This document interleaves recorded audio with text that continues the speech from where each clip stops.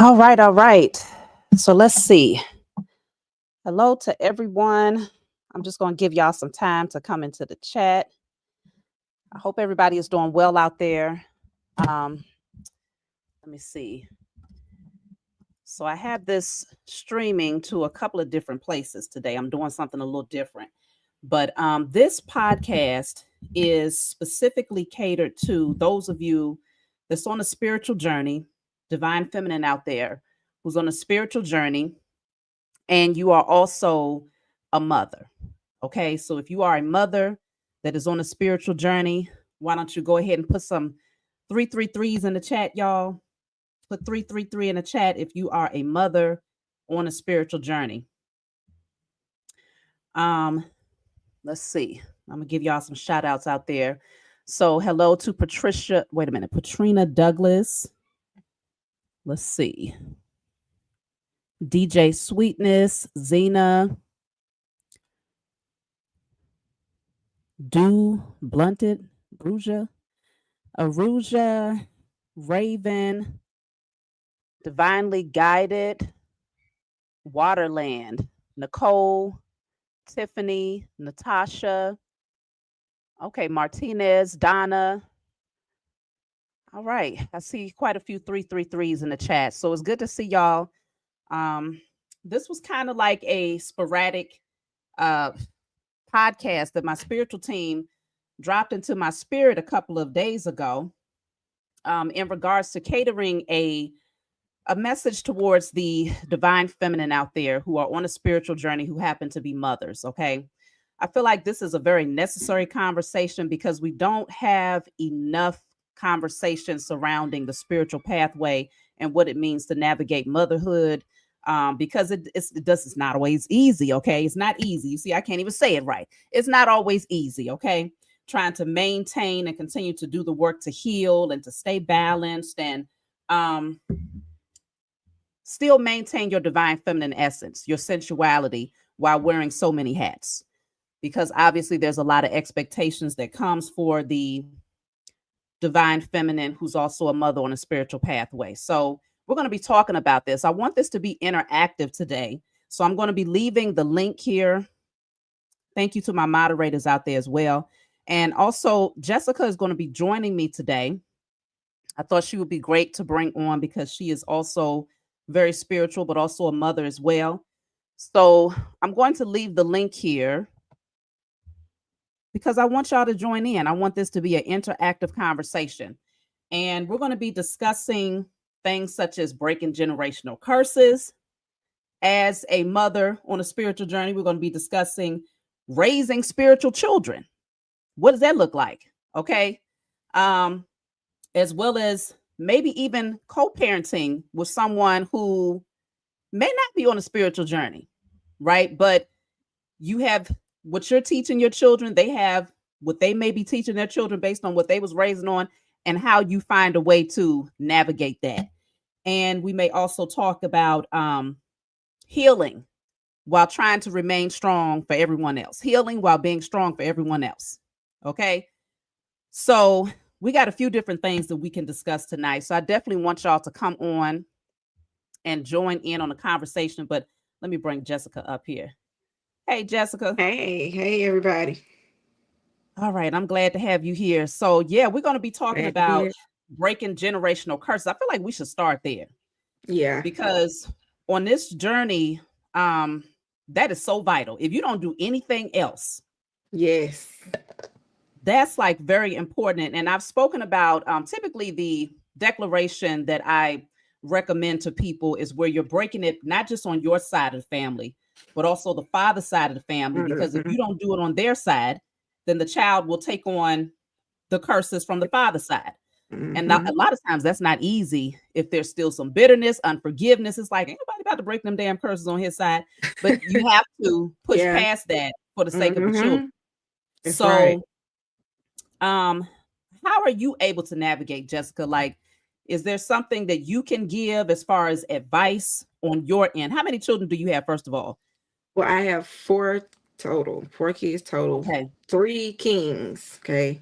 Three kings. And it's important to consider looking into your kids' birth natal chart. Checking the houses where you're having to look and see what the kid is carrying. What are they sent here to break?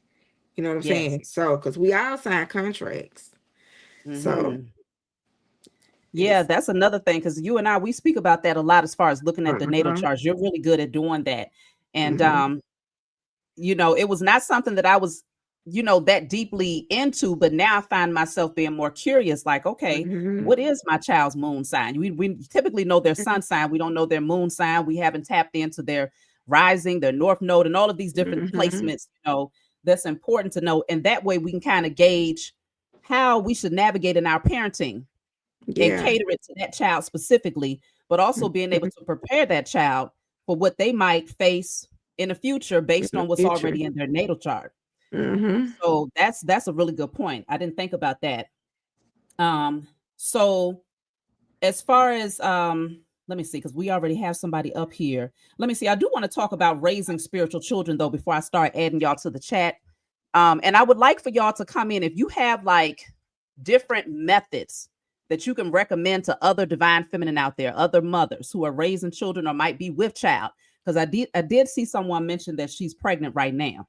So for those people who don't know, if you have anything to add as far as different techniques to like align your children on a spiritual pathway, how to calm your children, how to balance out their energy, definitely come up. We would love to hear from you, even from, the elders who have already raised their children and they're out of the house, they're grown adults.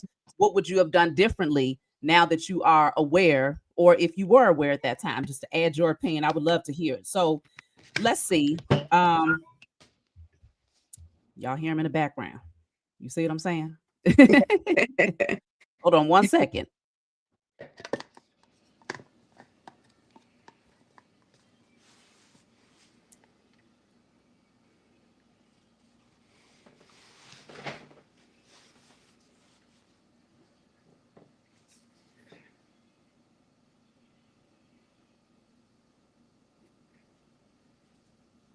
Okay, so see, this is all in the flow. We got to go with the flow, y'all. I always say it's real life happening over here, but a lot of people tend to ask me, like, Shavi, how do you navigate? Many of you know I have 6 children, and they're all stair step outside of my oldest, who's 13, but right up underneath him, I have the 10-year-old, I have my 8-year-old, 2 7-year-olds, and a 6-year-old. So it can be a lot navigating, wearing many different hats. And I Mm-hmm. still do it because my mission is far greater than a little bit of noise in the background. I always say, if you got a problem with it, what can I do? They're still children. So Mm-hmm. you still have to learn how to manage. So let's just see. I do want to tap in. Jessica, do you have ways that you navigate right now to keep you balanced while you're still in the process of growing on your spiritual journey? Yes. I sit with my spiritual team every day. Every day. Like Yes. that's first and foremost. Just like you pray every day, I sit with my spiritual team every day. I check my energy every day. And Okay. sometimes I get checked. Yes. know? So, but that's what I need though. That's how I know I'm not just somewhere hanging in the balance. You know what I'm saying? So even like, it helps me to manage my time.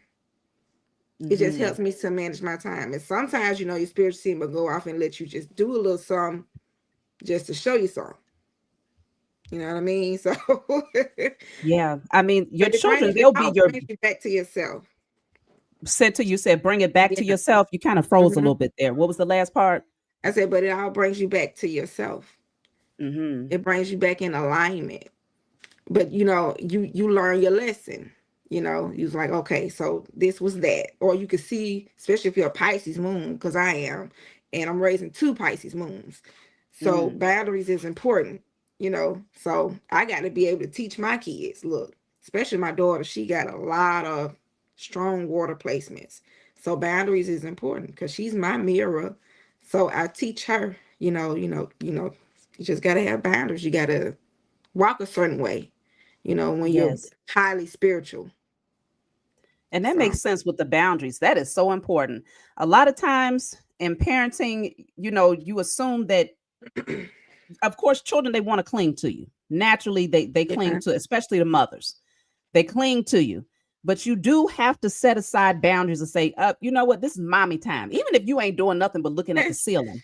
I want to take 20 minutes to just stare at the ceiling. Let me do that. yeah. Sometimes you do have to create that space because you have to remember that you are an individual first that Mm-hmm. needs your own time to go within and center yourself in order to wear those many hats for all of these different children. And what was interesting? I was watching a clip, and a guy was saying that, and I think we spoke about this too, Jessica. The guy was saying that you can have five different children, and they're going to have five different experiences, right? They're Mm-hmm. going to see you as being, you're not going to be the same parent to every child That's right. because they all have different personalities, different ways of expressing themselves. The energy is going to be a little different for each one. So they're going Yeah. to all have five different experiences. And a lot of times it's different when you talk about from the eldest to the youngest. The Mm-hmm. oldest child got the side of you that didn't know what the hell you was doing. You just coming in Yes. trying to figure it all out. While the youngest, they can get that side of you where it's like, okay, I got this. But Yeah. that's my baby though. You see what I'm Uh-huh. saying? So, and then the middle children, poor middle children. Yeah. Yeah. They just kind of You know, on the wave in between the they hang two, in the trying to balance. figure out their space and everything. So Yeah. every child is going to get a different version of you, and that's okay. It's just a matter of learning how to navigate the different personalities, and children will be your biggest testers because Mm-hmm. they're going to be right there at your side at least for 18 years, sometimes longer, depending on the setup. But they're going to be right there at your side next to mommy. Mm-hmm. In some cases, the father will be the one that's taking on a predominant role. That's rare, though. Most of the time, they're going to be right there next to mommy. And so children will test you.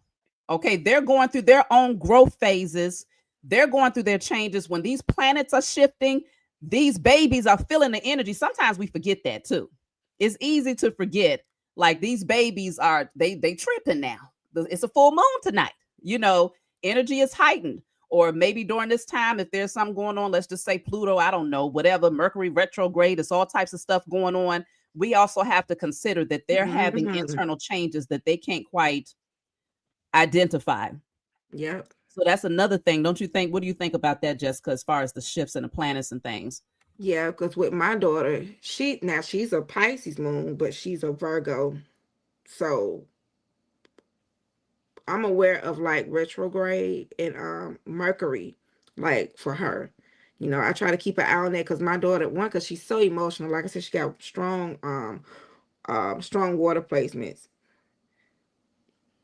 Yeah, somebody said. So your moon. Let me say this: your moon sign is a piece of your mother. Hmm. Are you frozen, Jessica? I don't know what just happened. I'm an Aquarius sun, but I'm Hmm. a Pisces moon. So, but my sun sign, Aquarius itself, was progressed Pisces.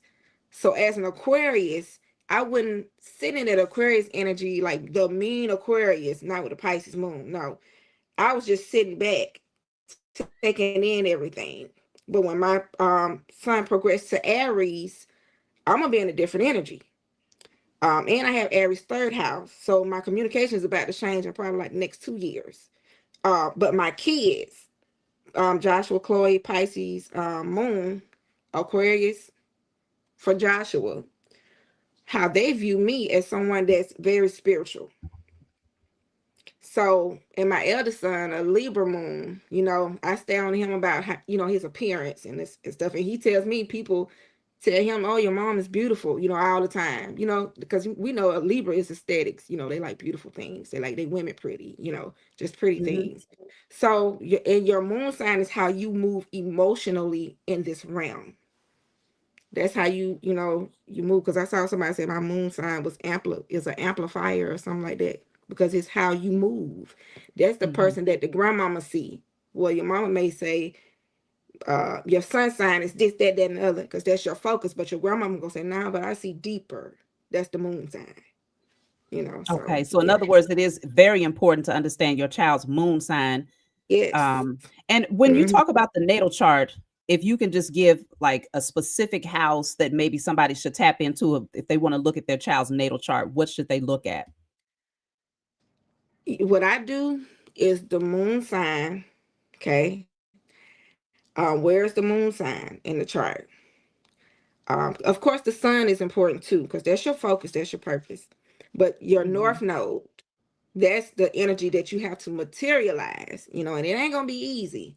Materialize, like for instance, I got Gemini North Node, right? So that's the communicator.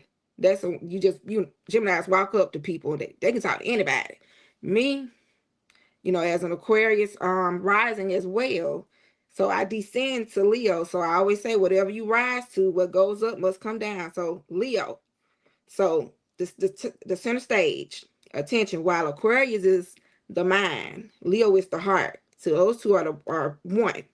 So my North Node helps me to tap into, with those two placements, the sun and the seventh house with the moon, all that, it all just coincides together, and it pushes you, it propels you to your destiny, which is your North Node. So, and Okay. then you got to look at where your North Node sits in your chart. Mine is in the fifth house. So, Okay. So we're and looking at another, the, okay, mhm, go ahead. I was gonna say, and another thing, before you get into any of that, I always tell people to tap into that fourth house. Um, Understand what you have to heal within yourself.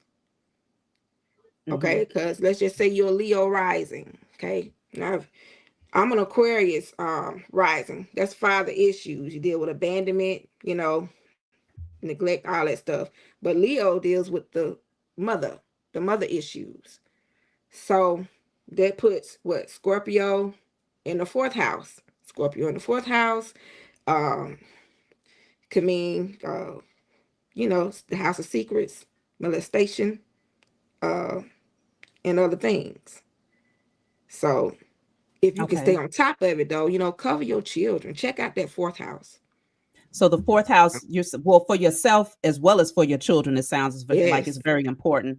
You Hmm. mentioned the ascending and descending, Yes. um, the north node, the sun and the moon. And I Hmm. think you also mentioned the seventh house too. Yeah, because that's your Okay. partner. This house of partnerships.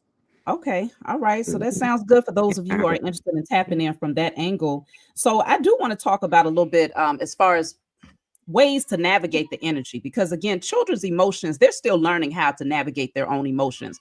Hell, we as adults, we're still learning how to navigate our Yes. emotions. But imagine with children, with all of the different shifts that's Hmm. taking place and they're still learning about themselves.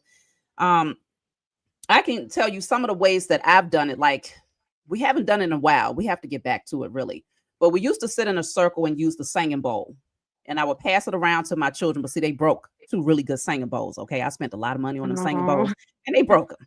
So, I got to buy some more. But we would sit in a circle and we would just everyone would get quiet. And I would pass it around and let everybody do their thing to balance their energy.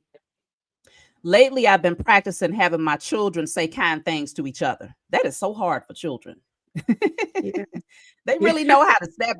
They'll talk about a person from left to right, but if you say tell her something nice about herself, they struggle with that. So I've had them do things like that. There's been times where I've had to put my babies in herbal baths, salt baths. Right now, y'all know I got my spiritual body wash, so that makes it a lot easier to cleanse their energy with the spiritual body wash. But putting them in a salt bath or an herbal bath is very important. We do these things for ourselves, but a lot of times we don't think that their energy needs to be cleared, especially when you're thinking about everybody else that they're surrounded by, especially if they're in a public school system. They're there for about 6 to 8 hours a day, surrounded by a lot of children whose parents likely have no clue about the spiritual pathway. So they could be surrounded by a very toxic environment all day and all night before they get to school. And so they're coming in and they have certain patterns and behaviors, and your child is absorbing all of that. Not to mention the teachers who might not like their job. Some might. but many Mm-hmm. of them might not. You see what I'm saying? And so all of this energy, they're absorbing this. And children, they're tapped in. You see what I'm saying? I guess the less trauma that they go through, the more receptive they are to energy. So they may Mm-hmm. not be able to verbalize why they're feeling a certain type of way, but they could have been picking up on little Billy's energy all day, who was Yeah. sad because mama and daddy got into a fight last night. You see what I'm saying? But they end up expressing it in a way where they're having a tantrum and don't even understand what the source of it is. And you like, I know you ain't doing all of this because the lead on your pencil broke. I just know it can't be that deep. You see what I'm saying? But a lot of times they'll express it from that angle. And so we have to know how to tap in. Another thing that I have done with my children, and I still do, is I'll have them sit in a circle and we'll pull cards. So I'll shuffle and I'll say, okay, you pull your card and I'll take a look at it. Okay. This allows me to see what's going on within them, and it shows me those things that they cannot verbally express. They might not have no clue that they're feeling left out. You see what I'm saying? Like right here, I pulled the high priestess. So I have them just pull a random card. Look, these three of swords is in a reverse at the bottom of the deck. So maybe sometimes they just need to be more silent in order to heal from something. You see what I'm saying? Mm-hmm. Maybe they need me to be more spiritually aware and tapped in to do different things to help them to heal from something. Like it's, you never know. So it's good to use the cards as a tool. That's why I say everybody Yeah. should have a deck of cards, because it's a very good silent tool that allows you to communicate with your spiritual team, but also tap in. Have you done that before, Jessica? No, but I definitely thought about it. But I didn't want to just put it on them because my main thing is like creativity. I want them to like more express themselves. So if I can locate you, I could help you. You know what I'm saying? Mm-hmm. And I could purify that state from where I'm at. So and then like I Mm-hmm. said, I got well, two of them are Pisces moon, so I want them to express themselves. But see, Joshua, he came to me and said, "Mommy, can you teach me astrology?" Yes, so he's interested in learning astrology more so than tarot. Yeah, So and you yeah, know what we have to consider too? We have given birth to age of Aquarius babies. yes, These babies, mm, they different. Like they are not. I'm talking about they moving yes, fast. I say my oldest son, well, he's 13 now, so I would definitely say he's been born. He's very, I mean, when I tell you this boy is sharp and smart, it's wild. But so yes, all of my children, but my oldest daughter, when she came in, like her head, she was just sitting up, first day coming out of the womb, looking around, just as aware. And it's like, how is your neck that strong? And you just came out. Back in the day, old school babies, we yeah, he'd be slouched all over, you, like yeah. what the hell is going on with the neck? But these new babies, it's not like that. So they're coming in, hitting the Mm-mm. ground running, very curious about what's going on beyond what's been taught for too long. The traditional way of doing things. These babies they're moving full speed ahead into the age of I know. So those curiosities need to be met. I have a few of my children who are very interested in what I do. They love crystals. These babies love crystals. Okay. And they pay attention to different things in nature. So getting them out in nature, having them walk barefoot, teaching them about hugging trees. We do a lot of that during the summertime. Um, and it's just various things that you can do with your children to keep their energy balanced. Okay. So I just wanted to give y'all some of the things that I do, but I would definitely like to hear what y'all are doing out there when you tap in. So let me see. I'm going to bring someone up here. So we have Kay here, and let's see. How you doing, Kay? Peace, Queen. So glad to see both of y'all again. How are y'all doing? Yes, We're I knew you fine. looked familiar. I thought so. Yeah, I Okay. dialed up this avatar a little bit since the last time Okay. I saw y'all. All right. All right. Well, welcome back. So what did you want to add to the conversation? Do you have children? Yes, I have three children. My oldest daughter, she is 23. My middle son, which is the son that has special needs that I told y'all about before, he's 17, and my youngest Okay. is 9. So my daughters were both born in January. They're both Capricorns. My oldest is January 6th. My son is August 7th, and my youngest is January 13th. So that's your 6 plus 7 and 13. And then that 1 and 3 break down to 4. It's 4 of us. So I don't know. I guess I just kind of wanted to ask y'all. I mean, I don't really have anything particular that I do or that I'm not doing in terms of, like cleansing their energy. Like I'm always speaking positive over them. For my son, I'm always concerned about him, based on what you mentioned as far as going, out into the world of school, with him being nonverbal. I put a black obsidian egg in one ankle of his sock when he go to sleep because he doesn't like wearing jewelry. And then I'll put a copper anklet on his other ankle, so I'm always trying to do whatever I can in a natural way to cleanse his energetic space, because of all of the personality types that he's around in his school environment, which is a school for children that has special needs. My oldest daughter, she's very assertive, always been very spiritual. She lives on her own. I feel like I raised her to be more independent, not knowing what was going to happen with my son when he came along and ended up being diagnosed with autism. So I'm proud in that respect, but I feel like I kind of lost out a little bit in terms of maturing her really fast. But I did that because I knew the work that I had, or kind of knew, but didn't really know the magnitude of the work that I had, for my son. And then my youngest daughter, I'll just tell y'all the truth. I was actually on birth control. And I always tell people she must have double dutched out of heaven, or because I said, honestly, I was not expecting when I went to that appointment for them to tell me that I was expecting. But, then she came. So they're all 8 years apart. But with my little one, out of all my children, my grandmother, who is, now transitioned, used to always say that she was more peculiar. Like old folks say, she's been here before. And she's the one that's like me, that can always tap into the energy, or always get the energy of the deceased, of those that have transitioned. So my mom, she's gone now, but she lost a friend that she's been friends with for almost 33 years.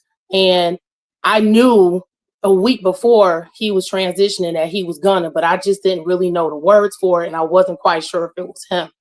But I knew that his ancestral presence was already here in the home.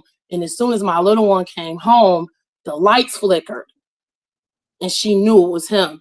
And then when she was getting dressed for school the other day, was a ladybug in the bathroom. It's cold in New York right now.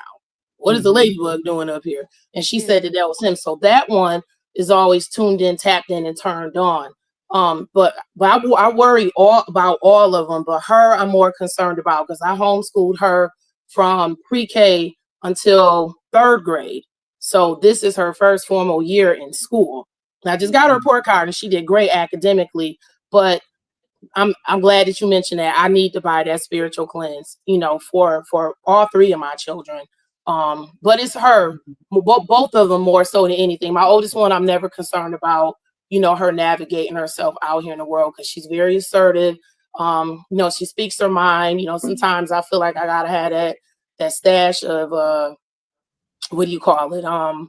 Bail money, just in case, because she's very assertive out here, and will speak her mind, But I say that to say I'm never concerned about her. But it's my 2 youngest children, my son that's on the spectrum, and my youngest daughter, who is now, in the public school system, that I'm concerned about. But with them, they always sleep with sound baths on, so I'm always doing my best I can overnight, to cleanse their energy before they get up, in the morning. So. Yeah, I'm glad you mentioned that, because I didn't even think about that to bring it up. Yeah. We do listen to the frequencies a lot of times as well, especially my babies. They like to pile up in my bed, so I already have them playing a lot of the times. Frequencies and affirmations to place, plant them into that subconscious mind. But what I do find is that, you're very similar to me as far as your youngest baby. You homeschooled her the first up until 3rd grade, and this is her first year in school. So I had a very similar, with my babies, homeschooling them. Okay. And this is now, it's been like a year and a half since they've been experiencing the school system. Okay. So I do find that when I talk to the teachers, they're like, your babies, they different. But it's because you get them in those vital years. Like they say, 0 to 7. You don't really want the school system grabbing a hold of them too soon. Like you got to be able to imprint within them who they are at their core. So I feel like your daughter is good just off the strength that you already got her in those vital stages. But just reminding her of who she is, and to not absorb things that's just not necessary to who she is from her roots. So some schools, they're going to teach you about certain things, social studies, history, things like Right. that. So I It's always Yeah. funny tell you my mention baby, that. I find myself always going back to debunk the myth, so to speak. yes, She'll come home and tell me, and then I'm like, okay, well, I got to tell you, baby, even if I gotta water it down and give it to you, like giving milk to a baby and then you can eat the meat later, yes, hence the metaphor. I try to do that, especially with, holidays, and just what the rubric is, for the public school system, based on Common Core, how they're modifying, what's being taught and having to tell her, mm, no, this is what really happened, yes, so, sometimes it's a little disappointing, for her.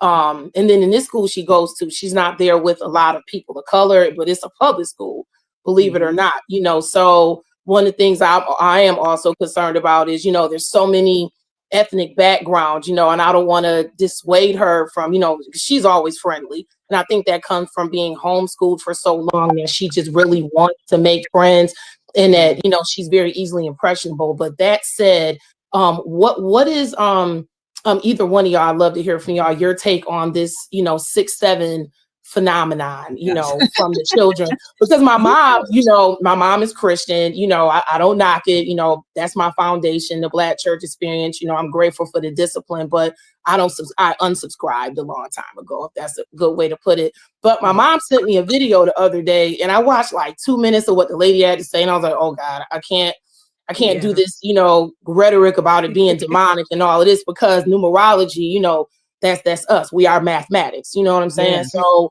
Yes. what I'd love to hear what's your perspective on it. I have to jump in on that first, Jessica. Let me just speak on that because I was going to talk about this, Okay. even though I still don't know what the hell it means. Right, my Yeah. babies, they'll just be counting and they'll be 6, 7. Right. Like, you know what? But I don't even. They told me that at the school, apparently the principal is like, if we hear y'all saying that, you're going to get in trouble. And I'm like, hold on, we got to Yeah. backtrack a little bit. Last time I checked, the number 6 and the number 7, they mean what they mean energetically to me. But if somebody else decided to put a meaning on a number and we taking that and running with it to the point where babies can't even say the number 6 and 7 without people losing their mind, then Right. it's like we giving people way too much power because now they're telling us what to feel when we hear certain numbers. Yeah. We Yeah. can't give them that much power. So I just be like, okay, 6, 7, but what's going on? It's like, so what does it mean? Do you know?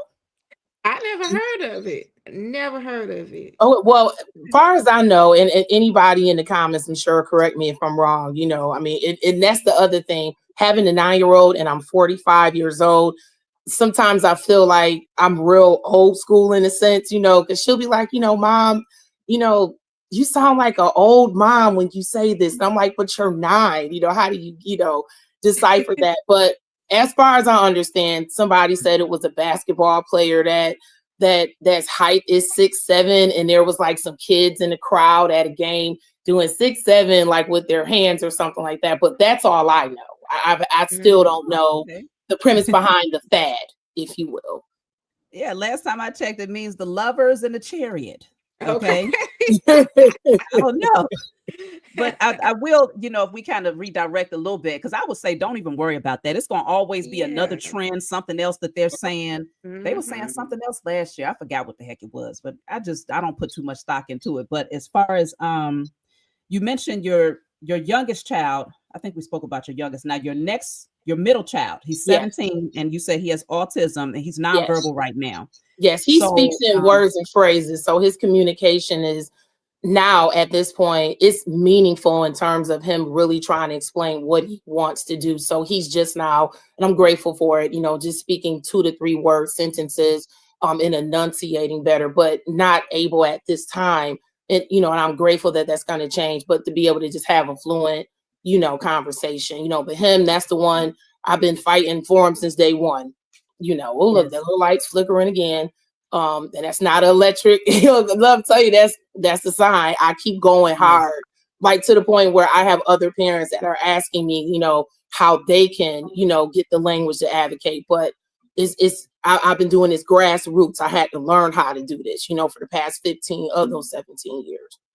yes. So the thing is, he understands what you're saying to him. right? Mm, You're able to communicate with him, but he's just not able to necessarily fluently articulate back to you what he really feels. So I've right. spoken to a few parents who have children who have autism, and I have recommended to them to make your own cards, Oh wow. Mm-hmm. because this is a form of communication here. You see what I'm saying? And you may find that, okay, even though you know your son pretty well, it might be some moments where his energy, you might want to tap in just because, or maybe the energy is a little bit more heightened than usual. And he's Okay. not able Yeah. to tell you exactly what's going on. So you might have some cards that says, I'm not feeling well today, or I need it to be a little bit more quiet, or I need something creative to do, you know, or Okay. I need an extra hug. It might be something like that. Different messages that you can put on the cards, and you might just say, "Hey, pick one," you know, Okay. um, or you could just pull one for them yourself and use that as a tool of communication. I do find that, I mean, we know that the English language is all types of spells and things going on inside of the English language. So it's Right. not like it's the worst thing that anybody wouldn't necessarily know how to articulate it. It's kind of an advantage because it allows you to place information into his mind in a way where he's able to express himself without, let me see, like rather than saying, I'm broke. He ain't going, you won't hear that from him.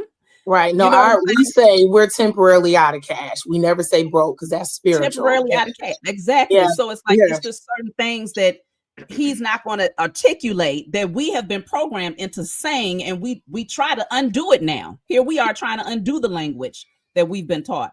Right. So I would just say find his natural gifts, which you're probably already tapped in, very tapped in if you're observing him a lot. But really the cards, though, that's a really powerful tool. Do you have anything you want to suggest, Jessica? No, I don't. But I did want to ask you, did you know your three your because you mentioned the number 8. I think you were saying your kids were like 8 years apart. Yes, ma'am. What's your, because that's some Saturn energy. You said two of them was Capricorns, Yes, right? my both my daughters are. My son, he's a Leo. Okay, so it's Saturn and Saturn. So what's your rising or your moon sign? I'm not No. sure, but I'm a Scorpio. Oh, okay. Yes. Okay. Well, you might want to check into like your rising energy and Okay.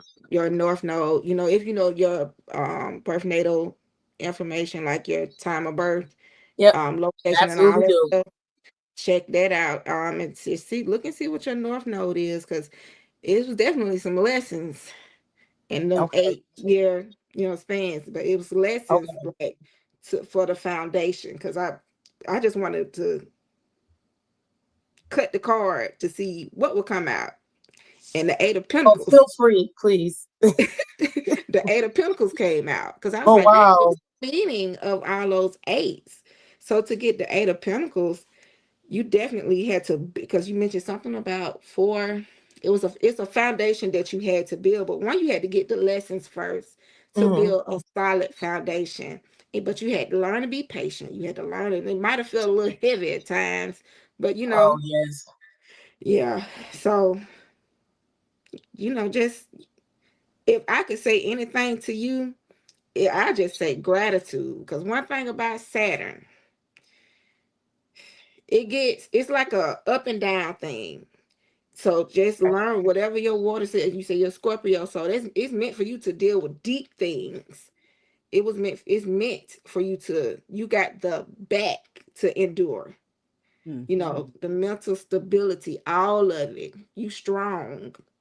Yeah, my So mom calls me Ford F-150 tough. I mean, yeah. even still trying to invoke my divine Let's look feminine. at this You man know. looking at his I don't know if y'all can see that. Oh Mhm. Strong. wow. You Yeah. strong, girl. Yeah. So, and you building strong children. Mhm. So Yes, just ma'am. imagine, when you let's just say you decide to, create your cards with your son, it may open up, his throat chakra. I can see alignment, you know what I'm saying, for your son.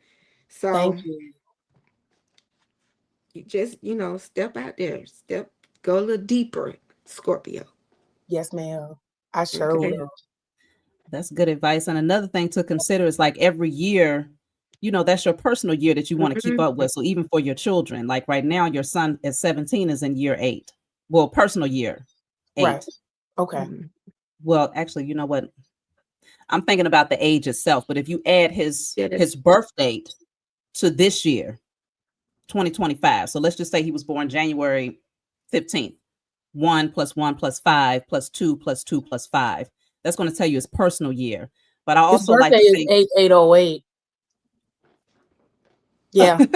His birthday is 8808. I always tell my people he literally goodness. must have wanted to watch the Olympic opening games on that Friday because that's what Wow. we did. He was born at 3:46 p.m. and that's what we were doing that evening. I was trying to get him to nurse and we was watching the torch lighting for the Olympic ceremony that Friday night.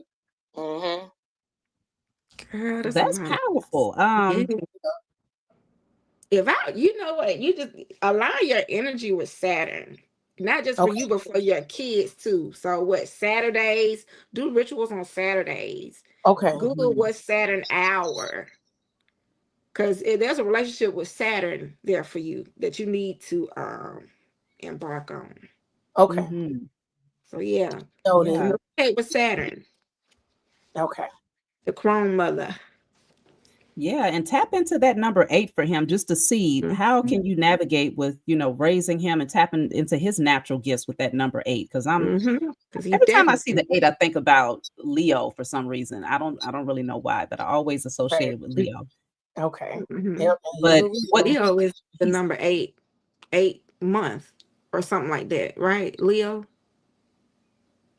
I Yep. think think. 8808. Yep. so.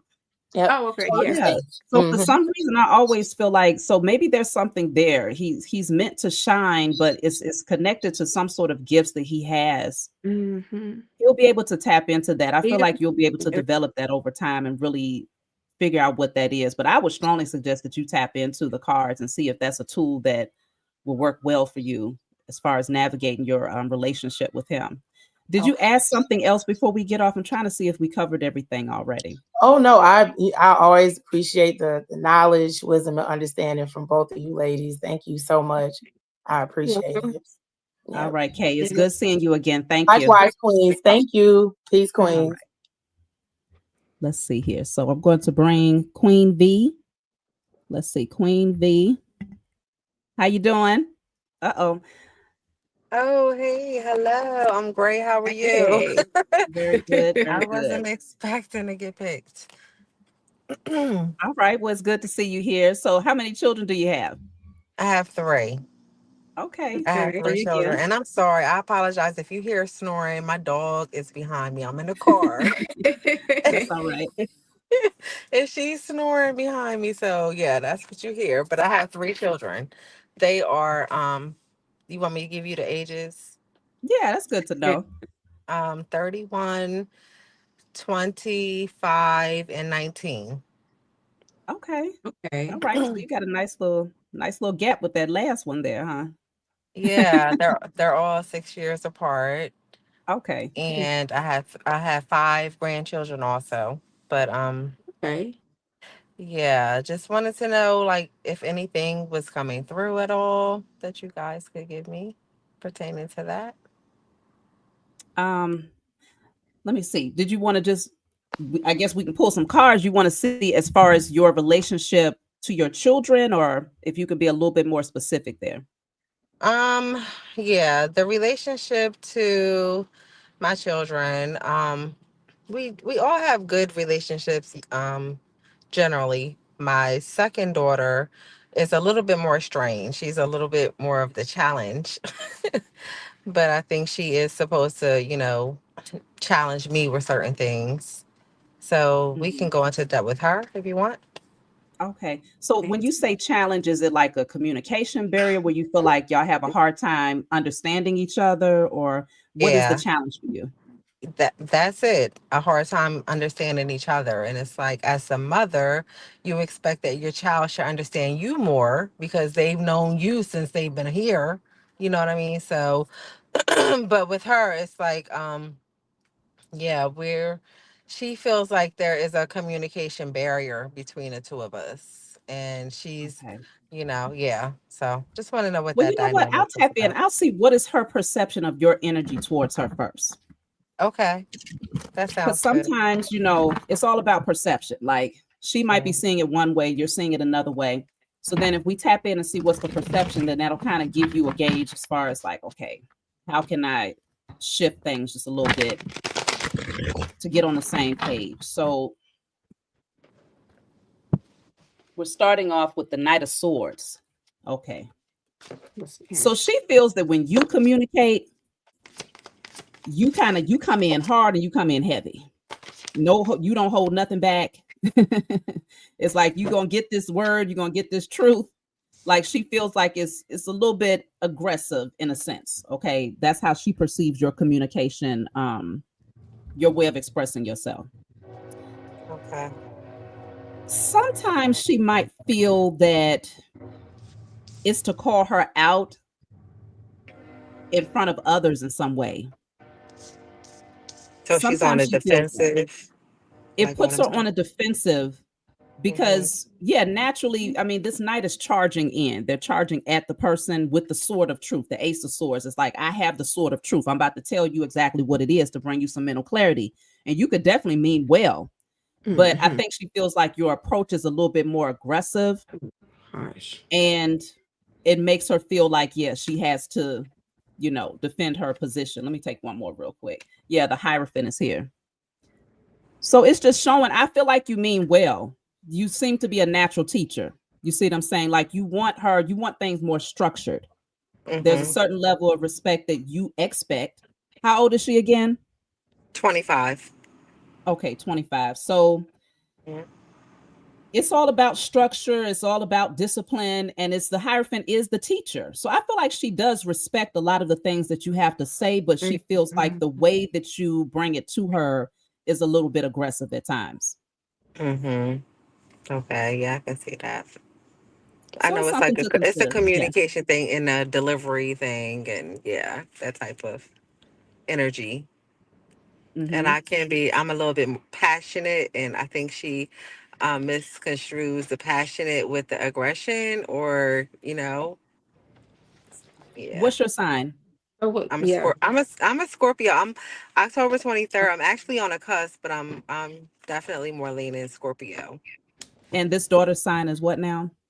She is a Capricorn. Okay. Okay. So yeah, I mean Scorpios, Intense. that stinger is something else Yeah. sometimes, but you're all about transformation. So you know how to go through the change. You've been through a lot of transformations in your life. So it's almost like your standard. It's like, you Yeah. Your expect certain things from her expectations. because Yeah. you've been able to navigate certain changes in your personal experience. So maybe, I mean, you want to keep the bar high for your children. We always expect them to do better than us. But Mm-hmm. let me see. What do you have on your end, Jessica? Well, one, I got the Akashic Records card. Okay, so that's in reverse, it's like high expectation, fear, doubt. See, that's the energy behind the sword. So you say you're a cusp Sag, Scorpio cusp Sagittarius, right? So Libra, Scorpio. oh, Libra. So that's the sword there. So it's you see where you could bring the balance. And see, the polar opposite of Libra is Aries. And so I would say just try to find the grounding, because you know a lot. You know a lot when it comes down to and that looks like it's from like experience. Because with this Akashic Records, this is like this is like a library of information, like Okay. secrets. It's like you have like the ability to access and to see things that nobody really see. So it's like you're protecting, and that's what you're doing. It ain't like you're protecting. That's your aim. That's your goal. But Mhm. connect, go at it about a different angle, I would say. Because if Mhm. not, the bottom of the deck of this after tarot, it's a ten of swords, so it'll be I think your daughter oftentimes feel like a betrayal energy, from the way you communicate. It hurts her. It sounds like it It hurts her hurt. feelings a Yeah, lot. it Is she hurt. very Yeah, sensitive? Yeah, she is. She is yeah, very sensitive. She portrays like a hard shell, but it's yeah, very, yeah, easy for maybe me as mom to penetrate that. Yeah. yeah. Mhm. Mhm. Okay. Did you have anything else you wanted to add, Jessica? I did want to pull an angel number, girl. I'm gonna give you this card right here, the 666, because I wanted to know why all the sixes, and I was just shuffling, and this ended up being at the bottom of the deck. So, personal responsibility. It's time to reflect. This number can have very negative connotations to some, but from your angels, it's actually a powerful reminder to stop focusing on the material world so much. It's a strong message from your angels to take personal responsibility in your own life and ask yourself in all areas, what do I need to do differently? Sit quietly and reflect on this question today. So I would say, just like we were saying, um, don't let that friction or that conflict get to you as to why this child put me in a space. That's that material thing that you don't need to hold on to. And like I was saying, because Libra energy, try to find a way to balance, even though it's going to be different for you. It's a shift for you, but see, you're trying to you're it's causing you to be able to see from a different perspective on how to reach her. Mhm. So yeah. Yeah. That thanks. I feel that definitely. But I do have one more question for my oldest daughter. Right, she's very guarded with her feelings, and it doesn't really. She's a Gemini, and she doesn't really. She has like a very hard outer shell, and as of lately, I just felt like the need to reach her more, as if she wants to reach me, but she doesn't know how to tell me. So I just want to know if there's anything there.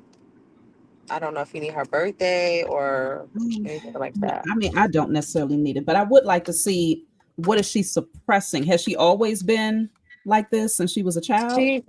She's always not been one to complain. You know what I mean, about things that may be bothering her.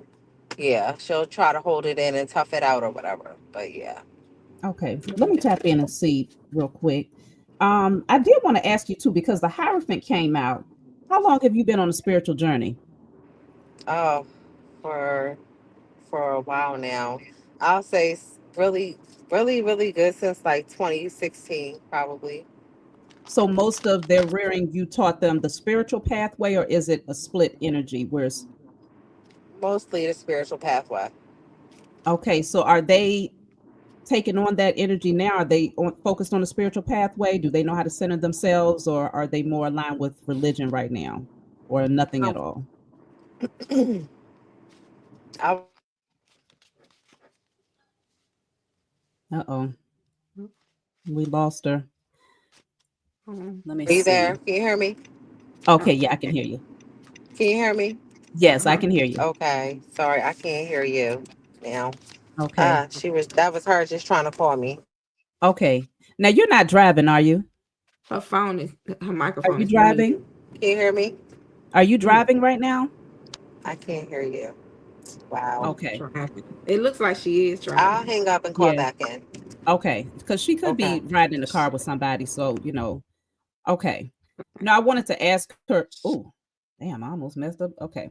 No, I wanted to ask her about how long she's been on a spiritual journey, because that makes a difference too. Her children, they're grown Yeah. enough to, be able to So balance out their energy and to do certain spiritual rituals to clear themselves, to heal themselves, and mhm. things like that. So that's something to know, because with that Knight of Swords and the Hierophant, it's almost like a resistance to what she's telling the middle daughter with that Knight of Swords and the Hierophant that came out. It's like, especially if she taught them a certain way, Mhm. but there's like an opposing energy, like, I don't receive that from the middle daughter. So I was just trying to see, but let me bring her back up. Okay. Okay. Uh Queen V. Her mic is muted again. Hmm. Okay, I don't know. Okay. Well, you know what I'll do? Um, I'll take her down. I'm still gonna pull the cards for the she said the oldest daughter, right? Yeah. Because she can always come back, or maybe she's listening now. But this says difficulty hearing intuitive messages. Now, this is a throat chakra card. Many of you are familiar with my Heal Yourself deck. This shows you what chakras are blocked and why they're blocked. So it's showing that your eldest daughter, her throat chakra is blocked. But she has a hard time tapping in to her intuition. It's like she doesn't really trust herself as much. So she might not trust what she has to say as much. So she kind of keeps it in rather than expressing it. Let me see. Is this she keeps it in rather than expressing it. Let me bring her back up here. Okay, Queen V. Yes, I'm back. Thank Okay, you. did you catch that part that I was are you driving right now? I'm in the passenger seat. Okay, okay, thank you. Well, Uh-huh. yes, I wanted to know because I just pulled this card for your eldest daughter, the 30-year-old, Mhm. right? Mhm. So it's showing that her throat chakra is blocked, but Okay. it's like she may not trust Hmm. her own expression for some reason. But I'm also picking up with this saying difficulty hearing intuitive messages. She could be very spiritually gifted. You want to Mhm. consider a lot of times the high priestess doesn't say much unless, you know what I'm saying? Unless it's something that is worthy of being spoken. So she might just be naturally like that, but consider her throat chakra is blocked. Let me Mhm. see. I also have here the sacral chakra. So this is Okay. speaking on self sabotage and low self esteem. Okay. So Hmm. she might, it sounds like she does have some issues with self esteem here, but she's suppressing that. Mhm. Do you have you found that she's had a pattern of self sabotage, or does she start things and finish them, or does she start things and then lose inspiration? I'm kind of lose inspiration. Yeah. Okay, Yeah. She'll so start not follow through all the way. okay, so yeah, I think that this might have created some low self esteem within her, feeling like, okay, I wish I would have been able to carry that all the way through, or still trying to figure herself out. It sounds like so. It's a little bit deeper. Let me take one more. Okay. Now, I don't know, is this an issue for her? Does she have any issues with drinking or maybe overusing anything? Mm. Possibly. Okay. Mhm. So this is the root chakra. Okay. So if she Mhm. struggles with these things, then naturally she's typically when people gravitate towards certain things, you're trying to suppress something. You don't want to really face it head on. So Mhm. it's a little bit deeper. So I don't Mhm. know that you want to discuss this necessarily openly in front of everybody, but if you want to get a personal reading, whether from myself or Jessica, feel free to tap in and we could dive deeper on behalf of your daughter or have her reach out if she's, on a Yeah. spiritual pathway. Um, but it's the root, the sacral, and the throat. Jessica, did you want to add anything?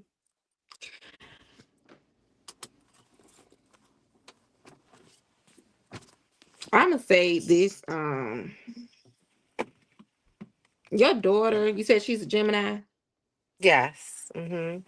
so your daughter knows a lot. She's very, very she's smart. Sagittarius backs her energy up. She knows a lot of truth. She could possibly be a teacher or somebody that could point somebody into the right direction. But uh, it's a lot of it's some illusions here. It's Mhm.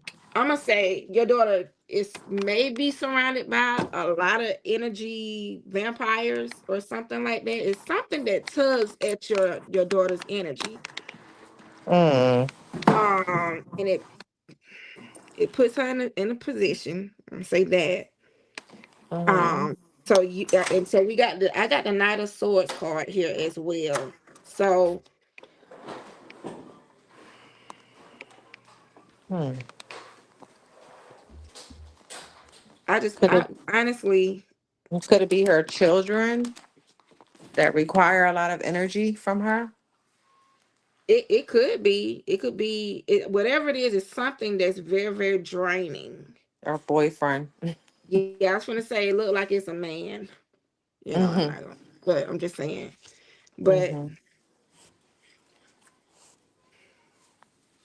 yeah, I really don't want to say really right here. You can send How me comfortable are you, Queen V, with this email. conversation being on live? Are you comfortable with this? To an extent, like I know one of my daughters, she knows I watch you, so she Okay. may, yeah, tune Okay. in too. So we could do a private conversation if that's Mm-hmm. possible. Yeah. Yeah. Yeah. Okay. I'm fine Okay, with that. definitely. Yeah, so definitely Mhm. tap in. Okay. But I would just say use, keep them up with your spiritual practices, the things that you have learned to navigate. But because it's only one of your children that has children right now, the 30-year-old, your No, eldest daughter. both of my daughters do. Oh, okay, They okay. both do. So Hmm. yeah, they got a lot going on. They're still trying to figure themselves out, still very young, but still managing babies. So it's a lot. They need to be watching this podcast. But outside Yeah. of that, there's spiritual work that they really want to tap into doing on a regular basis. Have you done the generational curse breaking for your children? I have, yes. Oh, Yeah. good. Hmm. Okay, okay. So yeah, I would just say you want to consider, as far as your direct relationship with your eldest daughter, is that a lot of the things she's dealing with is internal. So until she dives deeper to address those things, it's going to always feel kind of difficult penetrating through the shell that she's built. I feel like that's going to be for anybody in her life, though. And Yeah. with Jessica pulling the Knight of Swords, it could very well be that maybe she's that way with you, but she Yeah. talking to somebody, like she going in with that Knight of Yeah. Swords. So it Yeah. sounds like if somebody disrupts something within her, she's going to charge in with her communication. She knows when to Mhm. speak, Yeah. So yeah, there's just some healing that needs to happen here. Okay. Right. Yeah. I know it could be misaligned energy from things that she is not willing to heal from. So And it's you, probably yeah. like a father wound Mhm. that I know is possibly sitting there, But Yeah. you can't tell somebody that. They have to recognize it for themselves. But So yeah, that's right. Yeah. And yeah. Yeah. that's another So, component, another conversation in and of itself, especially for single mothers specifically. It's hmm hard to get your children to understand why certain dynamics did not work, why you chose yourself. You yeah. see what I'm saying? Over Yeah. an unhealthy relationship dynamic that they would have to watch. A lot of times children don't understand that. They just know that they want daddy and they want mommy, and they just feel bubbly when they see y'all together, but it feels painful when they see y'all at each other. You see what I'm saying? So they kind of suppress that. They don't say anything about it, and then they grow up and they have a little bit of resentment in their heart because they just didn't understand why. So that's a whole nother thing in and of itself to tap into on a different podcast. But um I Mhm. would just say continue to work with her, knowing that she's also on a spiritual journey. And you've done a great job just off the strength that your children know. At least they're exposed to the spiritual pathway, so they know what to tap into and how to work on healing themselves when they are ready to do it. So Yeah. obviously you've put in the work to make sure that you've laid that foundational work there. So congratulations on that part, because everybody can't say that. You'll be struggling to tell your children, like, nope, that's not the way to go. And they're like, but mommy, you raised me doing this most of the time, and now you want to tell me to go. You see what I'm saying? So Yeah. since Yeah. 2016, you've been aware. So that's a pretty nice length of time in their rearing, to understand that there is another way. Thank So I you. hope this helped you some. And of course, like I said, tap in with either myself or Jessica if you want to dive deeper. Okay. All right, definitely will. I appreciate you, Okay. ladies. All All right. right. Thank Thank you. Take you. care. Gratitude. All right. So let's see here. We have Grandma Gwen. Okay. So I'm going to bring her up here. Hello. Good day. Good day. How Good you day, doing? Shavi. Good day, Jessica. How are you Hi. both? I'm Hi. Very good. good. Good. Hi, good. Oh my goodness. It's good to be on live with you both. Um what I wanted to say was because I've just started this spiritual journey as well. I'm really, really enjoying healing everything with myself. I'm the generational curse breaker Mhm. in my family. Okay. I love everything about nature and all of that stuff. But my biggest thing is that when it comes to children, because I came out of Christianity, like I want to say about maybe 16 years ago. I'm 63 years old. So I do consider myself an elder. The thing is that I wanted to make my children know because they're grown. They're grown. Our oldest is 42. And then there's a 38-year-old, 36, and 35. So I think the most important thing is to let them know that they were not born with religion, and they were not born with Christianity. Christianity has really, really hurt our people a lot, and I feel very strongly about that. But my people came from Charleston, South Carolina, so they went to New York, so they basically like ran from a lot of the culture. But I remember a lot of the stuff when I was a kid. I know, that they did, a lot of the things that I have engaged with Shavi and you, Jessica, and everything. I've done a lot of the rituals and stuff like that. And I really, really enjoy them. But I think that it's really, really important that children know that they were told about religion, that they weren't born with it. So I'm at the point where I'm like a lot of my elders are gone.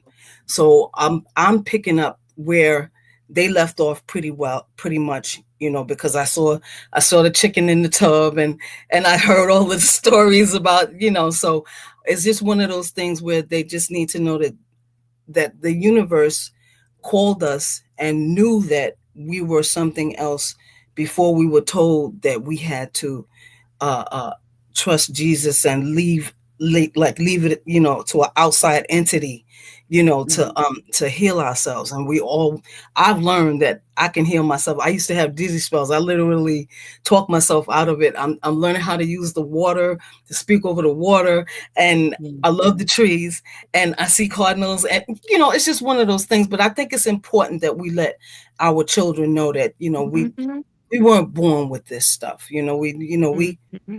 We and we have to come out of it, because I feel personally, my opinion is that we've been hurt. We've been hurt by that system of control. So Yeah, yeah, without a that's doubt. I do want to have a clearer understanding. Are you saying that you didn't rear them up in religion, or was actually that just, uh-huh. I Okay. did. Um we were on the usher board, we were in the dance ministry, I stayed in one church for like 10 years, and when I moved, I followed my husband to North Carolina, so I was in another church, and then I was in another church, and after a while I felt myself like dying in the church, and I kept like, I want to hear something new today. I want to hear something new. I don't want to hear, I don't want to hear the same things that I keep hearing.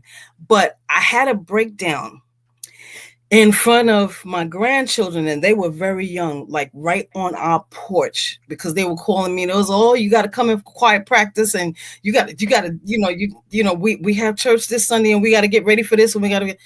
And I knew that like my spirit was just fighting against this whole church thing. So Mhm. they were in the choir, they were in the usher board, they were, every Sunday. So, and I So came was out. this Hmm. mhm. Was this until they became adults? No, actually, yeah, yeah. But let me see. Okay. I took them like, let me see. Because once they started to grow up, they went their own way. But I'm pretty sure that our oldest was still in the church at 30, and our youngest, she was still in the church, and now she's in IUIC in New York. Oh, okay. Okay. See, so That's the yeah, so it's I so yeah, I know about IUIC. So she's on a pathway of discovery. So that's good. yeah, Because what's happening is when you go from the religion, the Christian background to anything else outside of that. So right now she's doing a Hebrew Israelite thing. It yes, pulls you a little bit further out of the church doors. You see what I'm hmm, saying? And yes. gets you a little bit closer to identifying with who you are. And at some point, you may find that she's going to navigate out of that as well. It's like it's a expansion that happens. So Mhm. It's amazing because I mean her dream state is off the chain. Shavi Jessica is off the chain. I mean, like she tells me, she said, Mommy, my dreams are coming true. I seen this and I seen that, and I keep telling her because my mother is gone now. She's my ancestor. Anyway, And I told her, I says, as my mother gave to me, I gave to you. And she says, well, what do you mean by that, mama? But my mama was chosen, and I knew she was chosen even before I heard about being chosen. But I'm feeling like she gave the gift to me and I gave the gift to our youngest daughter. So Mhm. just the thing of it is that I mean, I tell her, I haven't told her what I'm doing, because she's like, well, mommy, I don't want to do numerology, and I don't want to do good because this all this stuff is wrapped up in witchcraft and all this. And I'm like, I'm clearly not, you have to understand that these things are used for good and they're used for bad. So my Mhm. thing is, I'm on the good side, but I don't want to come out and tell her, well, mommy's an alchemist, you know. And I feel like in a conversation, I'm going to get to that point, because I just feel so strong. And thank you, Shavi. Thank you, Jessica. I just feel just so strong with speaking my truth, and Yes. and I'm grateful to the Most High Mother and Father, Creator of all natural things, and I just give honor to all of the elements, and I love the trees, and just but I just feel like one day it's just gonna slip out. And I was talking to our oldest daughter the other day, and I was getting on her case about something. And I told her, I said, I'm not the same mommy that you knew, back when I'm a lot stronger now. So I Mhm. don't know if that's relevant, but I feel like just coming out of, you know, Christianity, just coming out of, going within to myself and stuff. It's a wonderful journey, and I'm really, really glad about the whole thing. Yeah. And that's what you just mentioned was a very important point as far as not being the same mother that they Yeah. was used to, especially when you was more deeply embedded in Christianity. Yeah. You find that the woman that you're projecting or the mother that you are to them now is far stronger. You're Yes. happier, your energy is lighter, your vibrations are, you see what I'm saying? And it's Yeah. like all they can do, this is the outside of talking and telling them like, okay, this is what you need to know. It's all about just expression, just being Yes. present. They Yes. will be able to see a stark difference. They'll be able to contrast between who you were most of their life to who you are now. And that is like a real identifier of which one, you know what I'm saying, which side of the Yes. fence really Yes. grows a person and aligns you with the Yes. most high. In the Yes. past, you said it had you so tired and exhausted that you broke down. So Yes. obviously it was a weight that was getting heavier and heavier over years. So they saw a different version of you that was not as light. It Right. wasn't as high vibrational. So sometimes, especially with children who are adults, I'm not, I don't know about that just yet, but I can only speak from what I assume. You know Yeah. what I'm saying? Is Yeah. that it's going to be hard to get that imprint of religion out. Is something that they have to work their way through, but Hmm. because you are showing them the contrast between who you are today versus who you were when you was raising them, that Yes. is the perfect example to make them Yes. want to say maybe mama is onto something. And then as Yeah. far as the alchemist, you were saying you don't know if you want to tell her about that directly just yet. Just consider you got Yeah. to spoon feed it to her in a way where it's like, oh, that coffee you so look at you doing your little alchemy, putting in that cream and sugar. Because it's alchemy in every doggone thing. You see what I'm saying? So if Absolutely. you introduce it from that angle, then she'll start to see, like, oh, so I've been doing alchemy. But you mean Yeah. to tell me, oh, since I've been doing it, I just need to be more intentional with it since I'm doing it anyway. Yes. Yes. You see what I'm saying? Drinking a glass Mhm. of water is alchemy. What are you thinking about while you're drinking it? Let's be more Yeah. intentional here. Okay. So then that'll Absolutely. help her to see, like, oh, it's not wicked.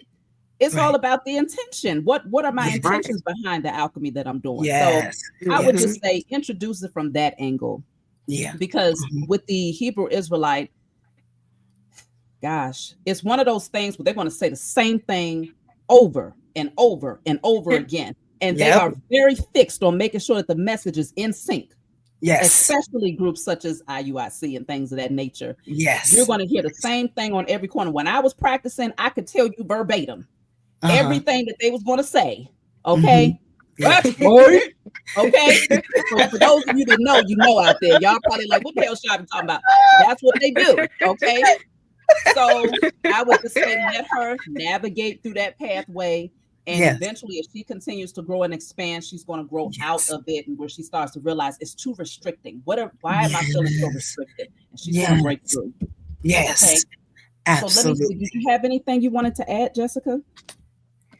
Well, I did want to. I wanted to say, as you were talking, my spiritual team said Ace of Pentacles. You were able to tap into the Ace of Pentacles, and Okay. so when this deck is called the Chosen Journey by the Fly Mm-hmm. Empress. Mm-hmm. The card that was at the top of the deck was the Ace of Earth, the Ace of Pentacles. Okay. So this is abundant stability, solid offers. I'm just reading the card. Okay. Here, new job, career, business, promotion, manifestation, fruition, prosperity, material gains. But see, Oh. in reverse, Oh. it's lack of growth. This is where you came from: lack of growth, Mm-hmm. instability, Yeah. poor, scarcity mindset, insecurities, Yes. greed, broke, struggle, delays, lack of opportunities. Yeah. See, this is where most of the melanated beings are. But Mm-hmm. when you tap into your spiritual path and Mm-hmm. you connect with your ancestors, because those Mm-hmm. are ones, the ancestors are the ones on the front line. It's a Yeah. chain of command, just like the military. Our Mm-hmm. ancestors are on the front line, but when you sit with yourself, because it starts with yourself Yes. first. And see, Mm-hmm. that's what you did, and you obtained the Ace of Pentacles. So it's a new beginning for you. So what trickles onto you, what you open up energetically through the Ace of Pentacles, Mm-hmm. I wouldn't even worry about, my kids, because you're the example. Your energy, your light, Yeah. everything. It's just it's shining. But I do want to I want to see what angel number card will come out for you. Oh, wow. Let's Wow. see. Oh, my goodness. This is just so exciting. Y'all, please forget. I mean, my heart is racing right now. I mean, it's just, Oh, I love the energy. That's why I'm yeah. smiling. And I love it. I It's feel so good. free. I've never felt so free in all of my life. Yes. I'm Yes. sorry. Let me be quiet. Go ahead. So you got the 222. So it says trust the fall.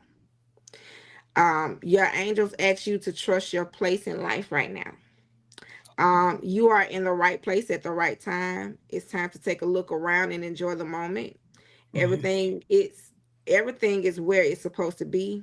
Think of one thing you need to let go of so you can enjoy the moment. Give that thing gratitude, then send it off into the universe. Picture it evaporating into thin air. That's a ritual right there that you could do. You know, Okay. um, Okay. Uh-huh. Picture it evaporating into thin air, and understand that it's no longer something you need to concern yourself with. So, I feel like this is where you are. Trust in the fall. Okay. You Okay. know, Trust in the fall. and Okay. Yeah. looking to the number two. The number two. Yeah, the And that the I'm number sorry. two is balance. Is Yeah, it Yeah. duality. Hmm. duality? Balance. Yeah. Okay. And it's also the high priestess in the tarot deck. Okay. So Yeah. it could very well be that you're being called to tap into your gifts, and really align yourself with your purpose. Because I was going to say, did you have anything else you wanted to add, Jessica? No, I don't. I'm sorry. Okay, That was I it. was going to say, as far as like with the adult children, we got to also accept that some might not take the path. Some may Yeah. reject the spiritual path. Right. You see what I'm saying? As much as Mhm. we want all of them to align with something that's going to allow them to expand and grow, some may reject it because Mhm. they can get very fixed on what they're used to, their comfort zone. Mhm. But the beautiful thing about what you're doing is you're leaving a footprint in the sand Okay. Yeah. for Mhm. your Hmm. grandchildren, great grandchildren. It's Mhm. not, they won't be so far removed from their origin. Because I think that's been a issue for a lot of our generation now, is that if we think about grandma, grandpa, great Yeah. grandma, great grandpa, they was Yes. heavily under the indoctrination of Yes. certain traditional belief systems. So we can't really find that reference like right there that says, Yes. oh, this ritual, or tap in with the ancestors because this is what grandma did or grandpa did. But Right. you're right here in the age of Aquarius. So your grandchildren, they can reach right back to grandma, like, oh, she was on it. You see what I'm Yeah. saying? And these are the age of Aquarius children, the Yes. Aquarian Yes. children. So Hmm. what you're doing is very powerful. Everything you're doing is perfectly aligned. That's why even with Jessica's cards, it's like, go with the flow of where you are right now. Stay in the moment. Mhm. Try not to Yeah. be overly fixated on are they going to get there, or Yeah. maybe the past energy of where you're coming from, but just like Mhm. right now you're doing exactly what you need to be doing. Okay. Yeah. Yeah. It's just I'm just really really glad. I know that as Jessica was saying that it is something I need to let go. I'm always in between a rock and a hard place, and I'm a caregiver too, and that's another thing that just weighs. It really weighs, but I just try to help, and I'm just in the middle. I'm the middle child. I never did like being in the middle, but Yeah. but something I need to let go. And Mhm. every single message that I've watched with you, Shavi, is always you need to let go. So Okay. Okay. So you're aware of what thing is that you need to let go of. You know what that is. Yeah. yeah, Okay. yeah, Okay. and y'all can see, so I know y'all probably know what it is too. Yeah. Yeah. So just consider, a lot of times, as long as you're doing the spiritual work, Hmm. it prepares you for the practical step. Right. So if okay, I'm having a hard time letting go, it's tap in and find out why. Is it a fear of letting someone down? Is it shame? Is it guilt? Is it fear of being abandoned or fear of leaving someone feeling abandoned? Is it Yeah. codependency? Being Yeah. codependent on being needed by someone, or Hmm. actually being codependent on someone. Like, you really just want to identify it, put a description on it. That Yes. way you can do your burn and release and tap in and say, okay, I destroy and clear this emotion, that emotion that's preventing me from letting go of this thing that no longer serves me, to move Right. towards those things that do. So Yes. just keep doing your spiritual work. And you're going to find that sometimes your spiritual team might even say, you don't really have to do anything. You already told us what you want, but just prepare, because we're going to bring a tower over here. Okay. Okay. Mhm. All And right. it's going to shake Okay. some things up. And you might be like, well, what the heck is going on? But remember, this is all about alignment. You see what I'm saying? So just Mhm. continue to do the spiritual work, and it's Okay. going to align you exactly the way that where you need to be when you need to Yeah. be there. Yeah. Well, thank you so very much. Peace be unto you both. Peace be unto you, Shavi. Peace be unto Thank you so you, much. Jessica. Thank you, Thank Gwen. you all Yeah. so much. Can It's I just let me like say this to you right quick? I just heard it, so I'm finna speak it to you. Mhm. Face your fear with faith. Okay. So face your Okay. fear with faith. Okay. Okay. And I think you said you did water rituals or something like that, right? Well, So I'm learning to speak over the water when I'm in the mhm. shower, when I'm taking a salt bath. I've learned how to speak over Okay. the yeah. So Hmm. yeah, keep doing that. And I'm gonna tell you, pour it at the root of a tree. I don't know if you do that. Whatever you speak, pour it at the Hmm. root of a tree. Okay. Okay. Okay. All All right. right. Thank you And all. I'm Especially because you sentimental. love the Thank trees. I love the yeah. trees too. So I love the yeah, trees. yeah. I named the trees. I Okay. named them. I literally just asked them what do they want, and I just put my hand on it, and I'm like, and they let me know what they want to be called, and it's just so cool. Aw, Yeah, I like to yeah. think that's our ancestors. I really do feel that's the Mhm. essence of our ancestors, just surrounding us. Like, we're Mhm. right here. We've been right here, and it's we deep too. Like, Yeah. it's like that. Yes. So get back to your roots. That's what they're reminding us of every time we connect with the trees. But I'm glad you came on, Absolutely. Gwen, and I hope this brought you some clarity. You take good care of yourself. Thank you. Mwah. All right then. Okay. Let's see. So we have a few more people here. Let's see. Queendom. Let's see. Okay. Hi, Queendom. Hey. Let's see. She's on mute.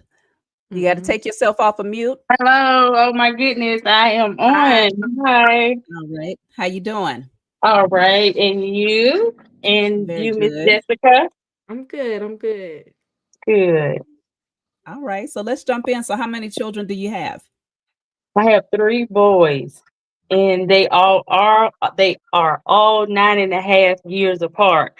So my oldest just turned 20 on November the 15th. He's a Scorpio, and I have 11-year old and a 2-year old. Okay. And they That's are all really nine and beautiful. a half years apart. So I just wanted to know. I'm very spiritual myself, and I just wanted to know, like, and I've been on this journey, so I've been raising my boys that way. Um, but I just wanted to always wonder, what did the 9.5 mean? Like, it's almost like to the date, like 2005, 2014, and then 2023. So Okay. Let me I know see. you caught most of what she was saying. I'm sorry, I had to close the door. Yeah. Um, you have three children. That's the number of the night, it seems like. 9.5 years apart. Um, and I'm sorry, can you tell me what was your question again? And Jessica, I I'm was just definitely gonna let you jump in. more in depth on the nine and a half years. Like, what could that mean? Just me as a, because I've been on my spiritual journey for probably since my oldest was little, so I'm not new to this at all. I'm actually, kind of out of this world, but um, they know I'm a Taurus, so I'm very boisterous. Like, they know how I feel. I express, you know, um, what's really going on. I've never been the parent to hide or to, we don't really do this too much of the celebration of the holidays and stuff like that, because we understand all that what's going on. So I'm just trying to really do the work, and just uh see what did that mean for me to have three boys 9.5 years apart. It's like my biological clock this says, okay, it's time. I avoided all those years three Yeah, times, but so yeah. yeah. Intuitively, I'm just kind of picking up. You were supposed to instill a certain amount of wisdom in each child for a certain period of time. You see what I'm Mhm. saying? Like they needed your undivided attention for a certain period of time up until 9.5 years old, it sounds like, right? For each Okay. one. So by the Okay. time you got to the second one, the eldest was 18, right? But by the time I got to the third one, Let me see. By the time you got to the third one, he was the so oldest was, yeah, and the second one was 9. Like, my oldest was okay, so 9. 9. Yeah, Yeah. so because even with the 9-year-old, there's a certain level of independence that they're able to practice, Mhm. you know what I'm saying, versus that newborn baby. That 9-year-old was already instilled with those, important Right. years, 0 to 7, you was able to teach them certain things Mhm. and then kind of moving them out the way. So I'm seeing the hermit because that's the number 9 in the tarot deck. So it's like, okay, maybe you needed more time and space to turn inward to gain your wisdom, to find yourself in between each child, but also being able to instill that wisdom in each one of those children over that 9-year span. So it's something to consider, but go ahead, Jessica, you want to jump in? Girl, I want to say that 9, it kind of reminds me of Scorpio energy. Um, so endings, you had to deal with a lot of like sharp endings. You was dealing with you gotten some lessons that brought about revelation. Right. Uh, a lot of times when you felt lost, confused, stuck, you was in despair.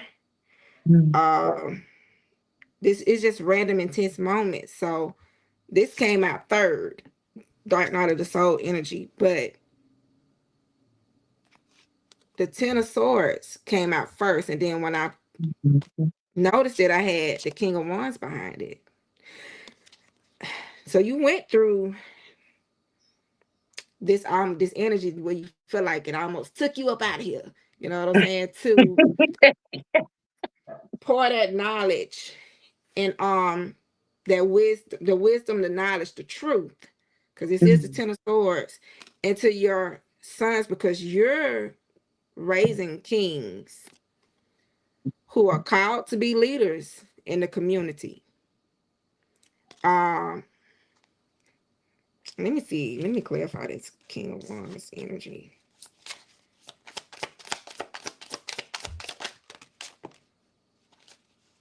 I keep getting two cards. I got the Knight of Cups. Um, So this is earth energy. So I feel like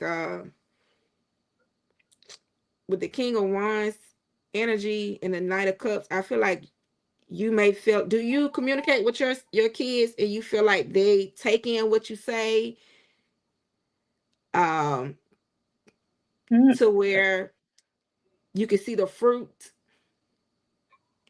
Well, my What? oldest, yes, I definitely have. He's I've never been a parent of a 20-year-old before, so it's Mhm.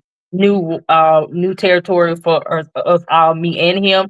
And so yes, it is some bumping of the heads, and Yeah. it's like the more you say something and try to get it into them, the more they do the opposite, so or what they want to And I do. was just gonna say, so with that being said, because I did get the Nine of Wands with the Knight of Cups energy, just know that they hear you. And when I was in church, I used to say, you got to give your kids time to get their testimony together.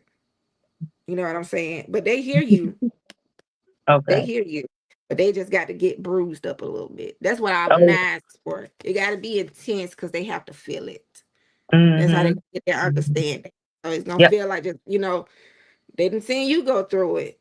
Mm-hmm. So they got to get their own understanding. But they're gonna be some leaders in the Oh, community. wow. So, Mhm. just stand firm, stay on your Because path, that's and stay kind of like encouraged. I'm working on it. Like I really like I'm just like no nonsense when it comes to like I'm like no, boys don't do this, or men should be this way, or just try to help them. They all have their they since they're so far apart, they all have their own fathers. Mhm. So my oldest two, my 20-year-old and my 11-year-old, they are their dad's only children. So by them being so far apart, they pretty much was raised the only children. And then my 2-year-old, he's the baby. His dad has two boys that's like 17 and 18. So it's like he's Okay. raised. So I kind of like got three only children. I tell people Yeah. like, how do you get three Mhm. only children? But it's kind of like that. So they have their It dads, was but I just men. want to make sure I do my part. Yeah. It was men. Not just. I'm gonna tell you this. I don't know. Are you into astrology? Yeah. Or numerology? The 12th house. Um, look into the 12th house. See what is hidden and what the karma is there. Okay. Look and see what zodiac sign is there in the energy that they have to rise into. Because the 12th house is the house of hidden things. So look and see what's hidden there. And Google it. Google it if you're not that informed. Mhm. Um, use Gemini. I think the app Gemini is good with explaining the 12th house. So could me Or find it, because I recently found my dad at like I was like 30. I'm 39 now, so I was like 36 years old. 36. Yeah, something like that. So could that have something to do with, I don't know, maybe having all the boys, or maybe the karma with the men, or I don't know. Like, could that have anything to do with anything? I do know Nope. 36 is the number nine. It is. So that's I a noticed that. Yeah. strong Yeah. no, let me see. I'm gonna pull a angel number card to see.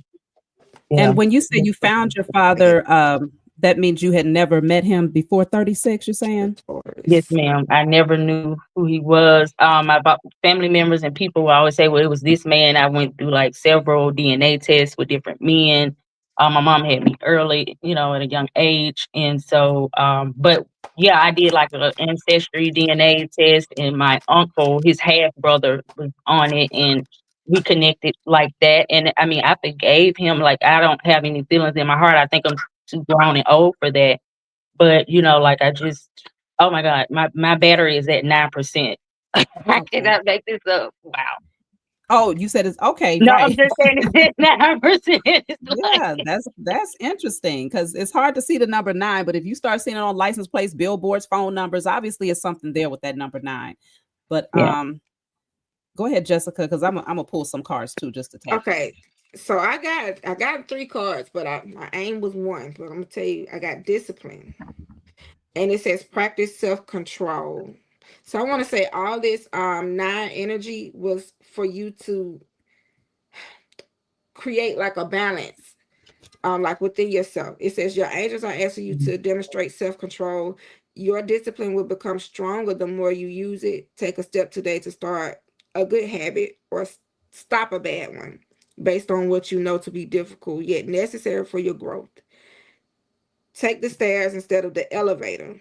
Trade that soda for water, or make sure Mm. you carve out the time to get your meditation in today. And see, that's what I was saying. This number nine energy is like a tough path where it says take the water instead of soda. It's It wouldn't water. make, yeah. I already know And what. that's where things happen, like with this 1111, things happen for you to pause and to think so you can hit a reset button. It's like death, rebirth. Death, rebirth. You dealt with a lot of endings that created new beginnings, but your endings were so dramatic. Like when you said you was 36, um, when you met your father, that was an intense moment, you know, and a needed one. So Mhm. it was just discipline. And you a Taurus, right? Right. This was your focus. This was your purpose. Yeah. And I mean, considering raising three boys, it kind of helped you to kind of see your father from various stages. Mhm. You see what I'm saying? In your sons. That way, by Mhm. the time you got to meet him at 36, you wouldn't have much malice in your heart. You see what I'm saying? Subconsciously, you had already raised him three Mhm. times. You see what I'm saying? It's like if you look at it Yeah. from a spiritual angle. But let me just see as far as what is the significance of damn. Okay. So we have the devil coming through here. I'm thinking you must have to clear some generational patterns on your father's side of the family on behalf of your sons. Like it's meant for you as the matriarch in the family to clear some patterns when it comes to the men. You see what I'm saying? In your bloodline. Do you know if there was any addictive patterns or anything that was going on with your father or on his side of the family? Mm-mm. Well, I know he dealt with a lot of trauma, childhood trauma. I think maybe his mom might have, you know, he said she left him on the doorstep at his dad's house. So I don't, I don't, Okay. he had his own trauma, and but I did have a cousin. Well, he was a young man. He was about 18, I want to say, and he committed suicide. And so I did feel very moved to like have like a gun training class or like something for the males in our family. But my family is so Christian that they can't. It's almost like if you know the kids are gonna have carry guns or have a gun access to them, let's educate them on how the correct way to use them, and let's give them the knowledge they need instead of just allowing them to have them and without really knowing what to do with in the proper training.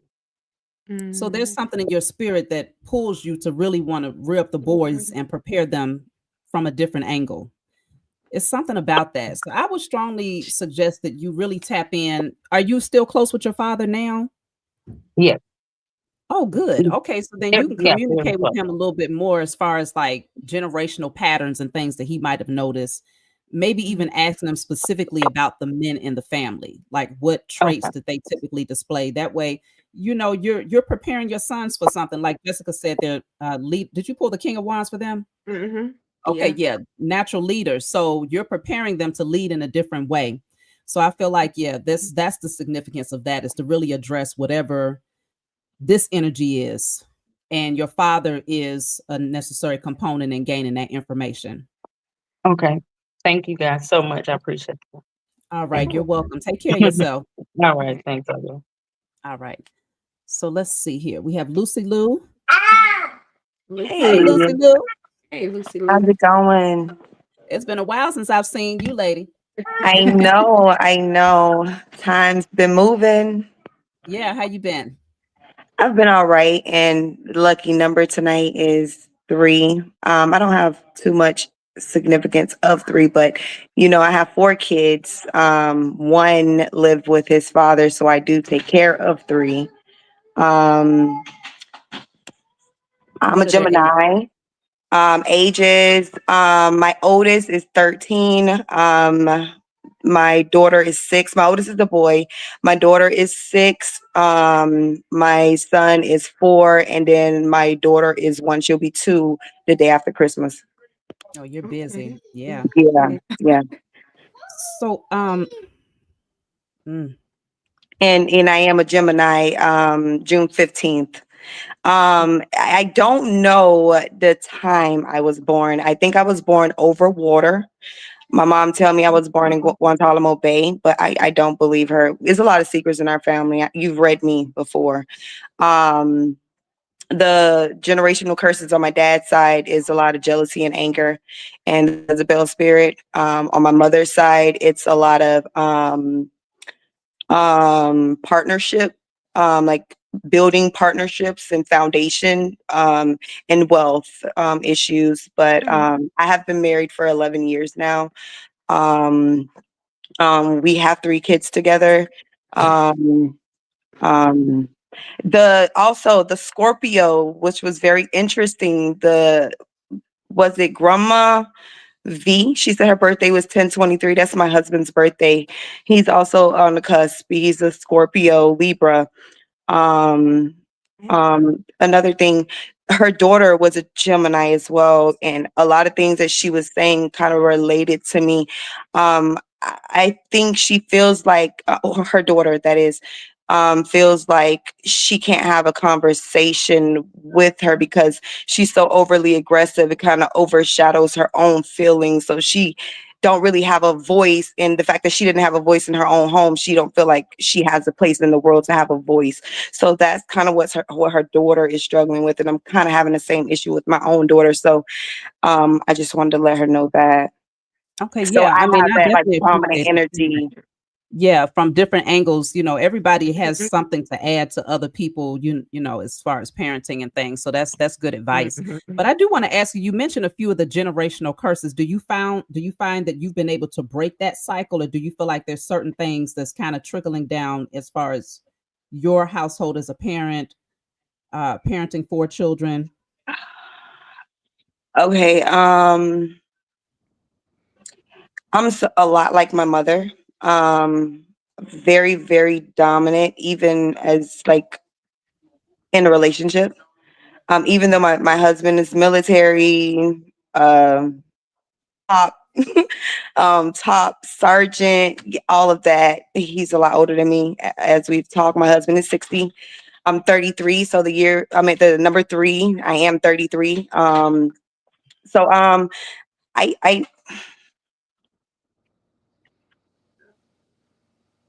I would say wealth, like I guess keeping wealth, but like we run through money. Like we did buy a house 2 years ago.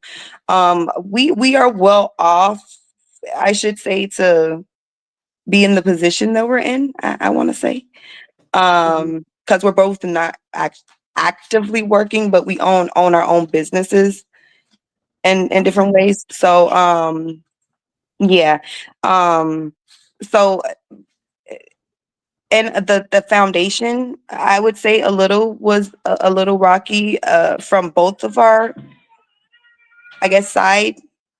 So we don't really have that much support on either side of our family. Okay, I see. Okay. Yeah. But you find that for the most part, y'all have been able to break particular cycles that you had Oh yeah. mentioned on your mother's Yeah. and father's side. Okay, that's Yeah. good. So how have you been able to manage as a mother of 4? Obviously, you have your support system with your husband there. Um, do you have any tips that you want to bring in, for other mothers as far as rearing their children up in a spiritual pathway? Um, it's hard. It's extremely hard. I sense, I don't see.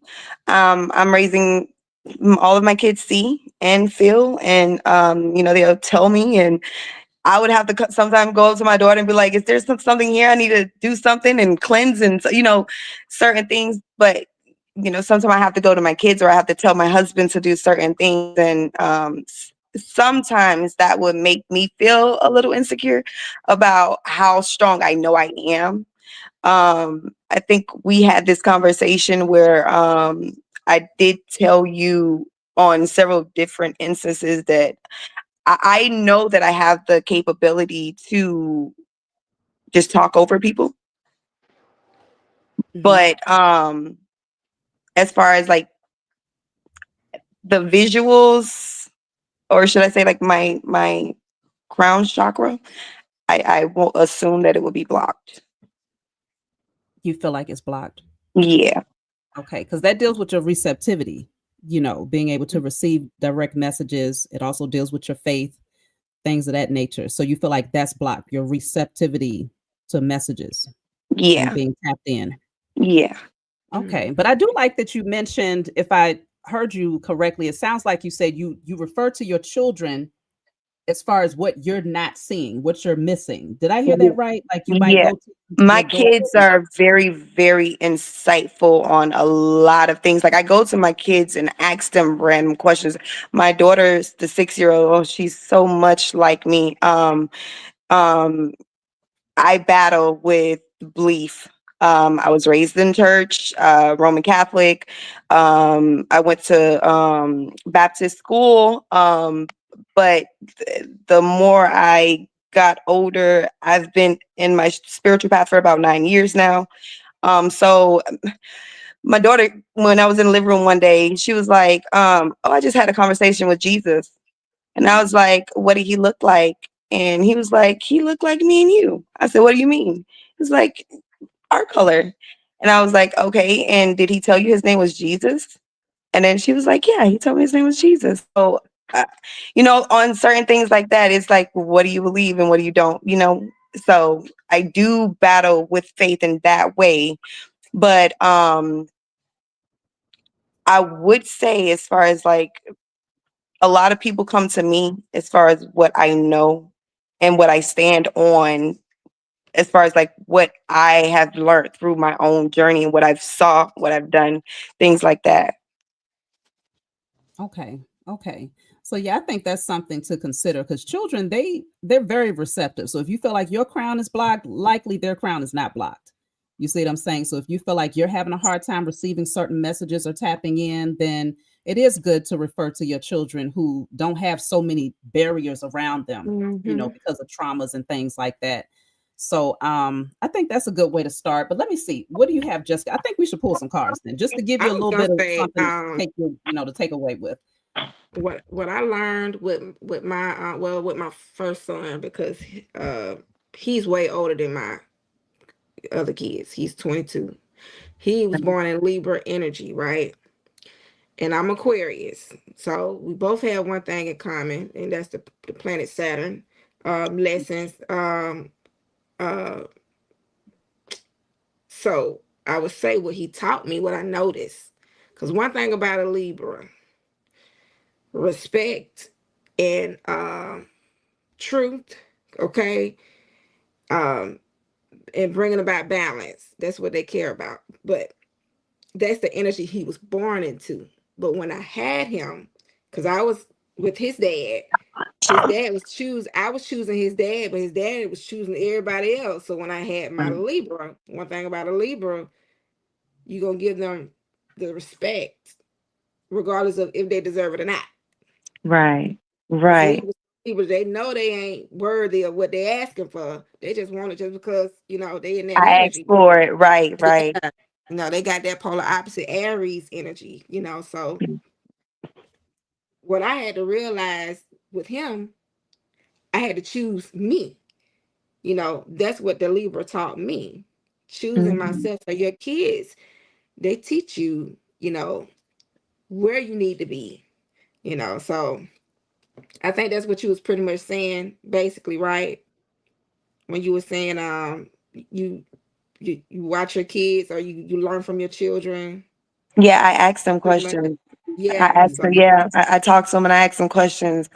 Yeah, they yeah, do educate me a lot.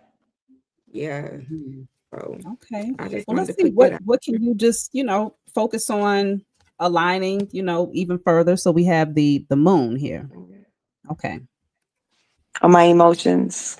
I'm all over the place. Emotions, maybe certain fears that might be suppressed, but also the hidden things, the things that is more comfortable having it kind of tucked away, whether it's tucked away from yourself or just within the family dynamics itself. But the moon, considering this does connect with the mother too.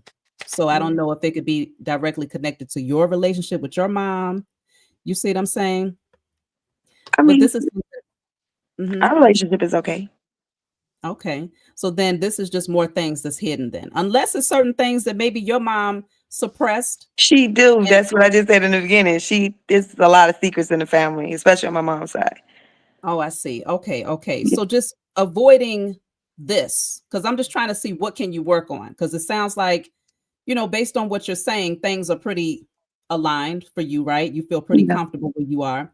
Yeah. So avoiding that secrecy, being more vocal about things, speaking direct. And it sounds like you're giving your children a voice by asking them how they feel, what they think. But you've already mentioned that sometimes you have a tendency to overtalk. And I'm wondering, sometimes when we do that, it's because we fear not being heard or misunderstood, or somebody didn't give us that, you know, put us in that position to be able to express ourselves at an earlier age. Yeah. So you just want to consider diving a little bit deeper to see what's hidden. Let me see, I'll take one more. So we have the Seven of Pentacles in the reverse.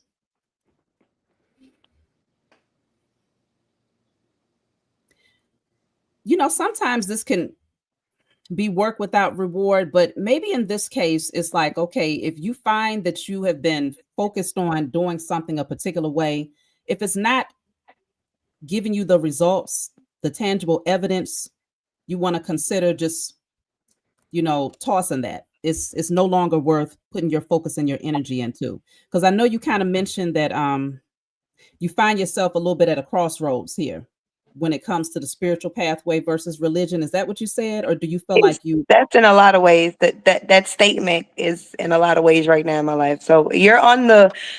I'm listening. The okay? statement goes in a lot of different aspects of my life right now. So it could be me gardening because I got chickens that keep eating up everything, and I haven't putting up this chicken coop. I got some Mhm. court cases that might not be fruitful. I might just need to let it go. I mean, it's a couple things that you're talking about right now, so I don't know what you actually saying. So Yeah, but just consider everything that we do in the 3D has a spiritual reflection. So if we're talking about your role as a mother, just consider they're watching you and they're watching to see what does mommy put most of her effort and time and energy into?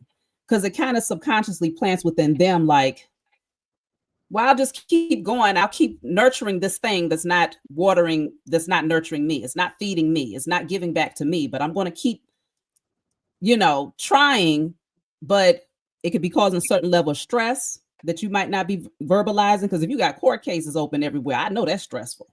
Just the process in Mhm. and of itself is stressful. So just consider it could be an energy that's being projected that says, I'm going to keep knocking at a door that's not opening for a reason.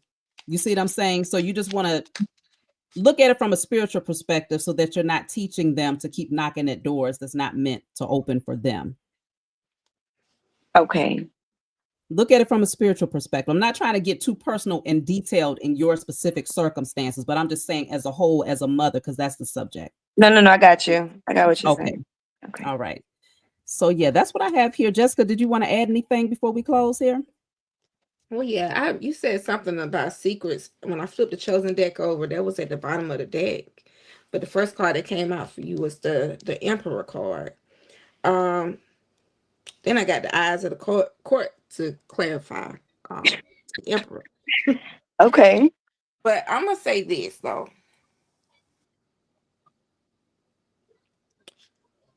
and then the Empress came out as well, with the High Priestess at the bottom of the deck. I Okay. feel like,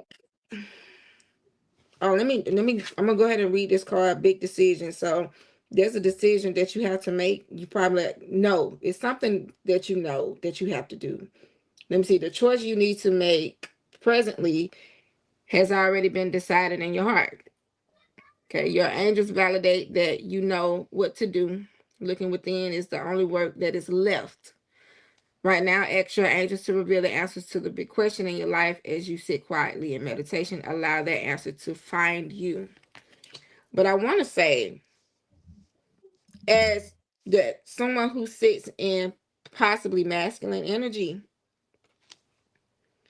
you are called to witness a lot. Not necessarily, maybe just, it's almost like knowing when to hold them and when to fold them. Because that's one thing about the Empress. She knows when to move. Mm-hmm. You know, conserve your energy. Know what, um, you know, what's wasteful and what's not. You know, just finding that balance.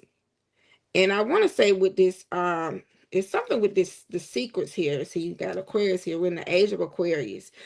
There's a truth that you're going to be called to speak out on or expose and unmask in your family. I don't know if you know what's hidden, I but don't. something's about to be revealed. But when it does, Mm. it's going to kick you in, because you see a lot of things. You got the eyes of the court here. And it's like you putting the, what's your zodiac sign again? I'm a Gemini. Gemini. And it's like, and see, one thing about a Gemini, they live in their head. You know, Mhm. Sagittarius, that back energy. You know, this is you drawing the dots, trying to connect the dots.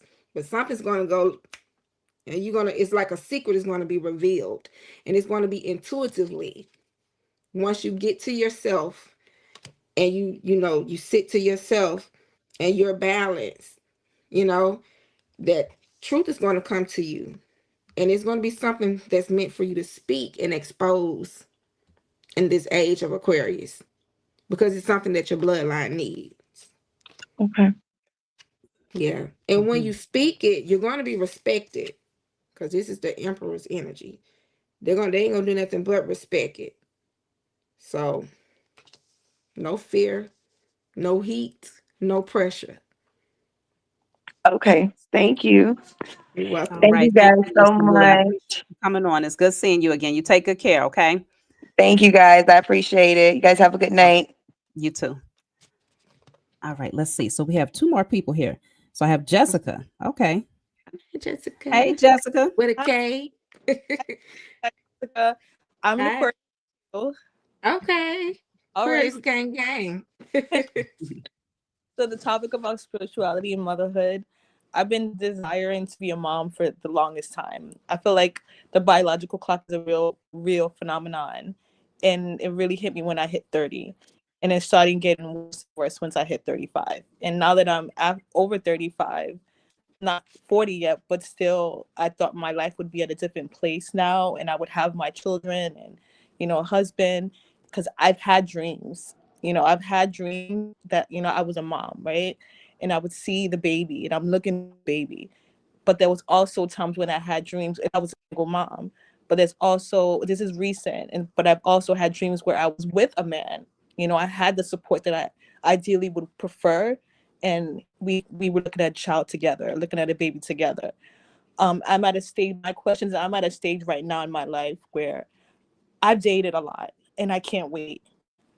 So I'm trying to discover if sperm donation would be an option for me, because I can't sit here and wait for someone. I tried. I've tried dating. I've settled Hmm. bad relationships. I'm paying attention to the signs, synchronicity, like this is gonna work out, and it's still not working out. And I've had patience. I trust me, I have. I've had so much patience. So now again, I'm at this place of really desiring motherhood where I'm like, hey, I'm gonna go the sperm donor route. It's okay. It's okay to be a single mom by choice. Is it my preference? Is it my choice? My first choice? No. But I can't wait for a man a relationship to, flourish at this time when I've tried so much and it's just a closed door. It's just stagnant, So that's what I had for today. Okay. Yeah, I know that can be tough. Yeah. And considering you want to tap in and see, because there's so many different ways to mother. You just want to really turn inward and see, are you desiring to nurture someone? Are you desiring to show someone a better way? Or is it something where you feel like you need to carry on your offspring through your lineage? Is it more important that the child it comes from you, or are you just feeling like you want to take care of someone, like you want to be able to share your love with someone and to take care of them? Which It's actually, space is it coming from? it's actually both. I want to continue my lineage, and I also know that I have the tools. I've been through so much in life where I have the tools and the emotional capacity, the capacity to nurture a child the way I should have been nurtured, growing up. And again, the lineage, my family, my sister has a whole bunch of kids, and I just never thought I would be the odd one out at this age. Waited, for something to happen, and it didn't happen. It's taken long. Do you have a lot of pressure around you from family? Are they asking you often, like, when are you going to have children, or are you No, more so pressuring yourself? I think it's more so pressure in myself. I'm not really close. I'm not close to my family. So it's Okay. really pressure of myself, and maybe slightly I am comparing myself to other people who are like, they have children, and even if they're single mothers, not by choice, they still have what I see as wealth. When I see children, I think of wealth. That represents wealth to me. Okay, okay. Well, let me see. I'll pull some cards. Let's just tap in. See what's going on. If you want to also know, is sperm donation an option? Which obviously it is, right? You know that it is an option, but are you concerned that it may not work? Is that your question, or? My concern is that on a spiritual level, is it aligned for me? Because I'm an Aquarius. I'm thinking about everything. I'm thinking about, is the sperm donor, how is his spirit? How is his Oh, I lineage? see. You Yeah, know, that's the thing. yeah, Yeah. I'm about that. But I'm also still hoping, like, okay, maybe I will find someone. Maybe I will find someone magically, but I also don't want to live in denial, and be delusional, hoping that would happen, and then losing my, window to have children and then regretting it. Let's see. So I'm starting off with the Nine of Cups in the reverse, okay? It's showing that yes, you've had a lot of disappointments. Have you ever been pregnant before? Yeah, I'm sorry, you froze. You said yes? yeah, Okay. I feel like some of your regrets comes through that pregnancy not coming through to fruition, or feeling like maybe you should have done something differently. yeah, Okay. You want to first start off with forgiving yourself. You see what I'm Mhm. saying? Because there might be some guilt, maybe some shame, or I don't know how to identify that emotion, but it's creating an internal dissatisfaction. So what you're projecting out into the universe is like an internal sadness. yeah, Just, you see what I'm saying?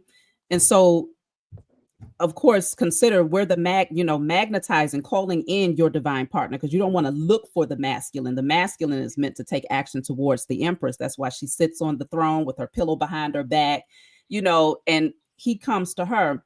So consider that the frequency that you're projecting is one of dissatisfaction, sadness, and maybe some regret. Because even in this card, you can see there's babies down here, right? Mhm. But it came out in the reverse. So it's just showing that when you get into your connections, or when you date, is there like a rush factor? Do you feel like, hey, what are we doing here? Are you that is me. projecting that energy? I feel like I don't. Maybe I'm projecting it, but not intentionally. But I know I can be that way because I'm over 35. I'm not. I don't have time to play. Let's Mhm. get the ball rolling. I'm not gonna sit here and allow somebody to waste any of my time.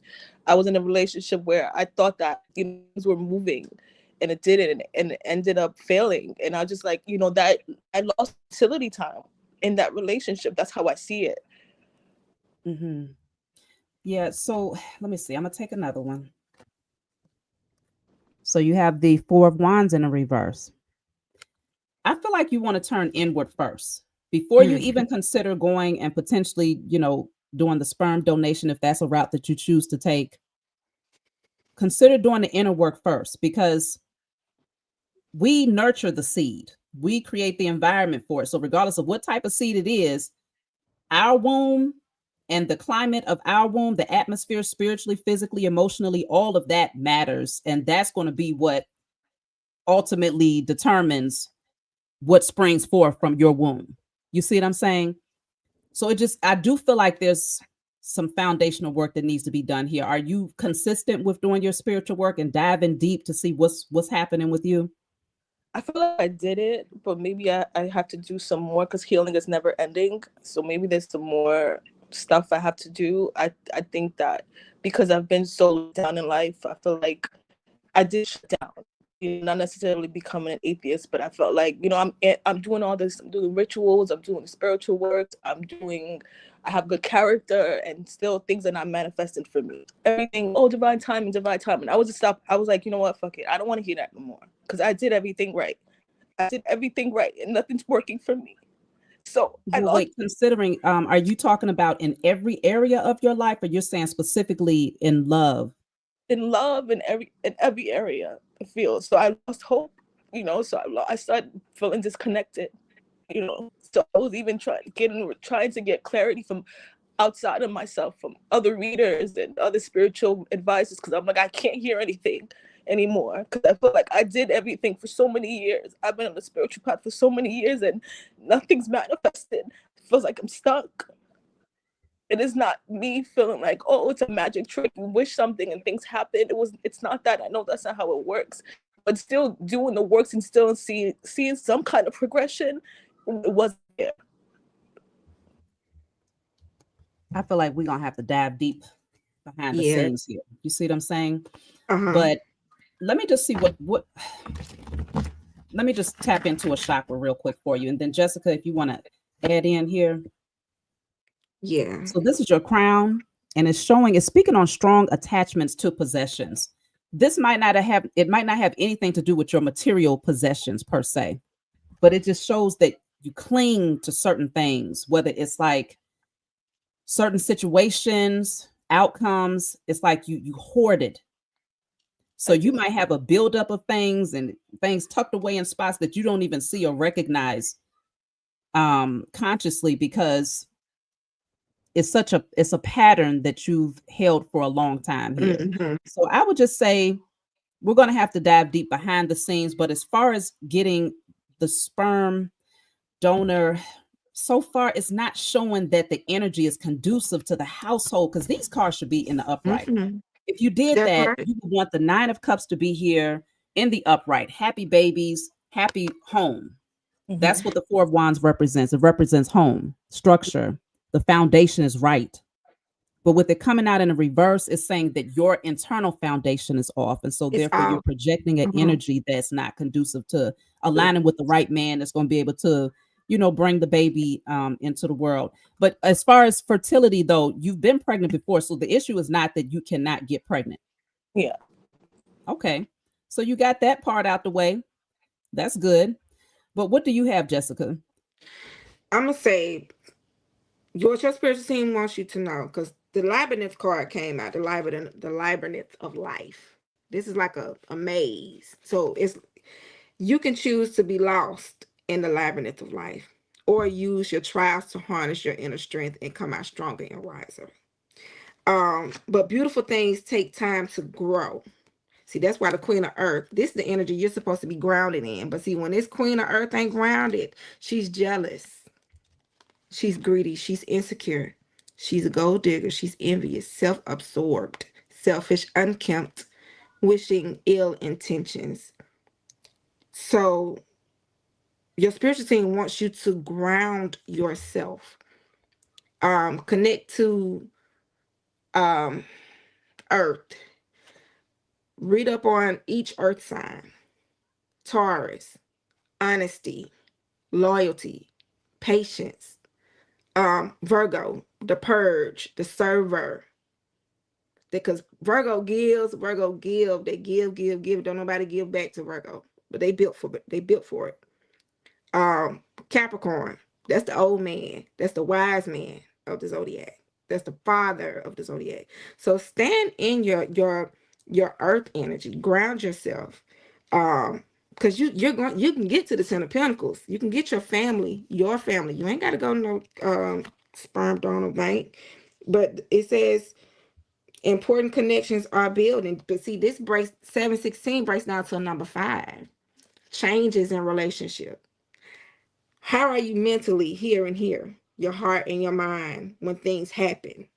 You know, you check your energy, check yourself, sit with your spiritual team and ground yourself, because abundance is here for you. But that's why the cards came out in reverse. You're not gonna get it until you first ground yourself.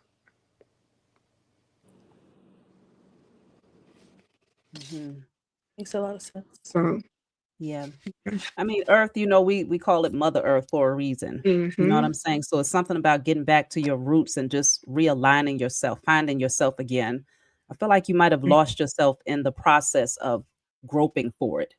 You see what I'm saying? Rather than just being in the moment and just being relaxed and flowing with the energy and just allowing it to come to you, you've been groping for it. And so it's like what you're projecting out into the universe is somewhat of a lack mentality that says, I don't have enough time. Yeah. That's lack mentality. You see what I'm saying? So you want to do some work on your root chakra, which makes sense because we're going to the earth energy, as you mentioned, Jessica. Do some work on your root chakra to clear out all lack mentality, scarcity mindset, fear of not having enough, fear of missing out on opportunities. These are the types of things that you really want to tap in and start addressing. And then maybe even see, like, why are you afraid that it can't happen for you? What brought that into your mind? Where did it come from? I know. So I feel like, you want to do some deep dive in here. It's not that you haven't been putting in the work, but sometimes on the journey, a lot of times people don't know the right questions to ask. Yeah. That's the major component, is knowing the right questions. The answers, your spiritual team is going to drop that on you when the time is right, or they're going to bring it up from within you when the time is right. But the right questions, that's when you want to start getting real with yourself and asking those hard questions. So I do, like Jessica mentioned, you have the 10 of Cups there. You pulled that card. So that's good. Because the 10 of Cups deals with family, and it deals with a happy family. It's usually the mother, the father, and the children. So it's in the cards for you.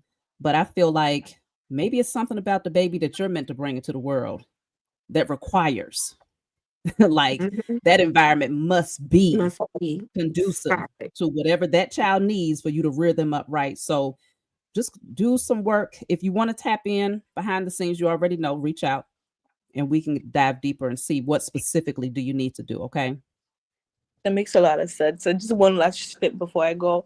I did have the last chat about a baby, was a little girl, and she looked like, because I was a single mom, and she was really disappointed about like me being a single mom, and she looked sick and sickly, and we were struggling, and I woke up and I was like, oh my gosh, like, so I felt like it was confirmation for me, because maybe she doesn't want that. She doesn't want me to, be a single mom, voluntarily, even if it's for my choice. Like, she wants me. She feels like I probably settled. If I do that, if I go that route, I'm settled, and she won't be happy, and she won't have the life that she came here to have. Yeah. And it leaves a lot of unanswered questions that she would not be able to get a hold of. You see what I'm saying? If you go to a donor, she would never be able to trace her steps from her father's side of the family.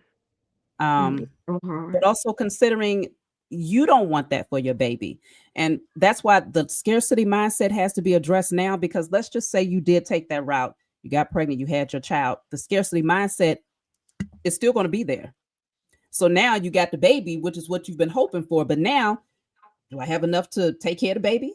Do I have enough, time to be able to run around with the baby? Do I have enough hands to, you see what I'm saying? So enough support, things like that. So that scarcity is going to find its way back into your position as a mother, even once you get your child, if you do it without addressing that issue first.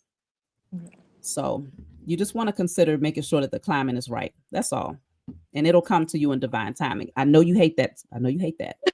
You don't like to hear that, but just consider time is fluid. It's not linear. So if you shift how you view time, then you'll have a better appreciation for just going with the flow. Don't look at it like this fixed 1 year, 2 year, 3 year, 7 o'clock, 8 o'clock, 9 o'clock. Look at it like it's a wave. You know, it can happen at any given moment. There's infinite possibilities.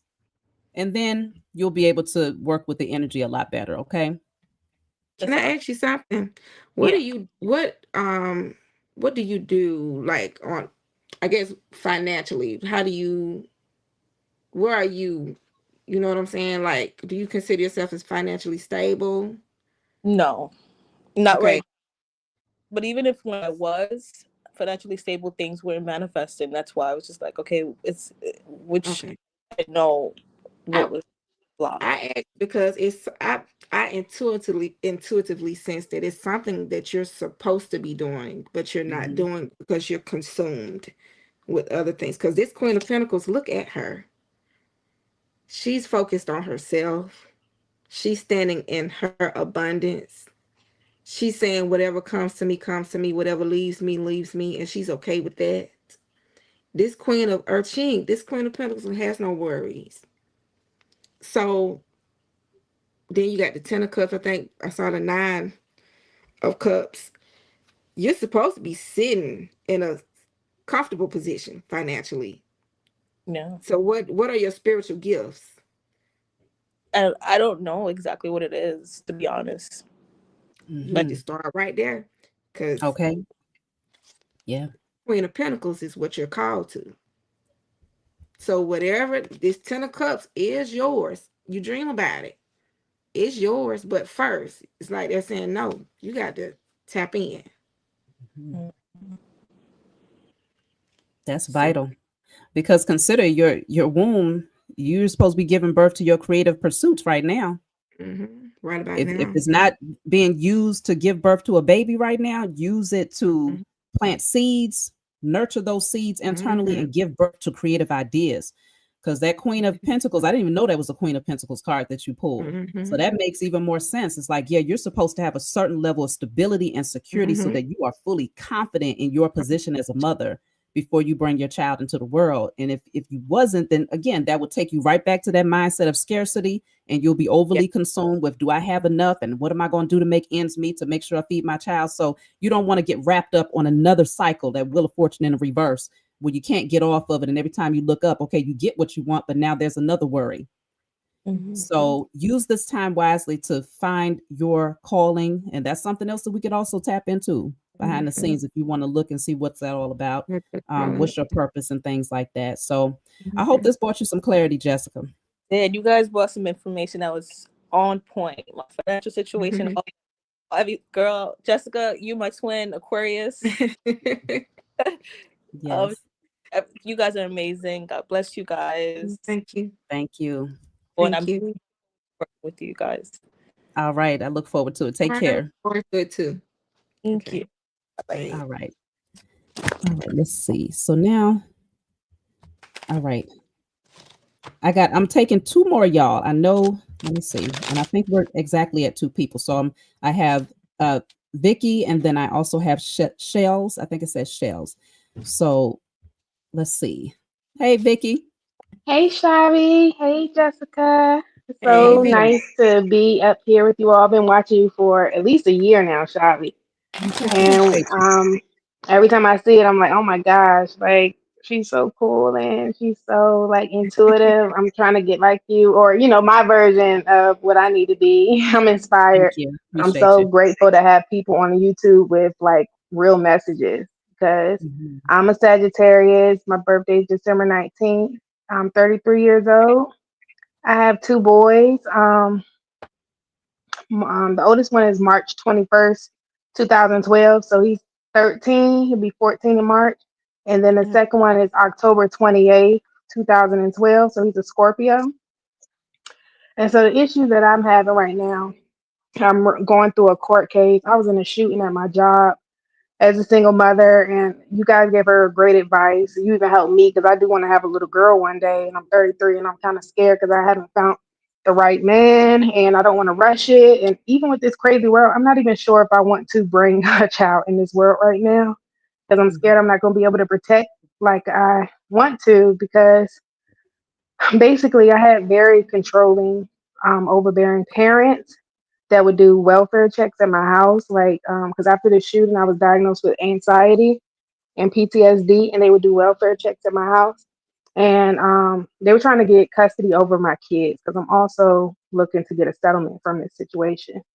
Mm. And one time in December 12th, 2023, they came to my house and disguised it as they were that I wanted that they needed help with my grandma in Maryland. And so I was 10:30 at night and I was halfway asleep. My kids were with their dad, and excuse me, I have anxiety and it's kind of nervous being on screen.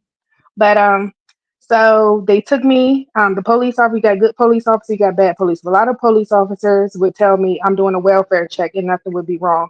But this police officer didn't even tell me, and they just took me to the hospital, and I had a panic attack because I was somewhere I didn't know where I was at, and they wouldn't tell me. And so, with being in a psychiatric center, my parents, they were the ones that were telling them that I was hallucinating because my dad touched my son. Not all the way, but he touched him in an inappropriate spot.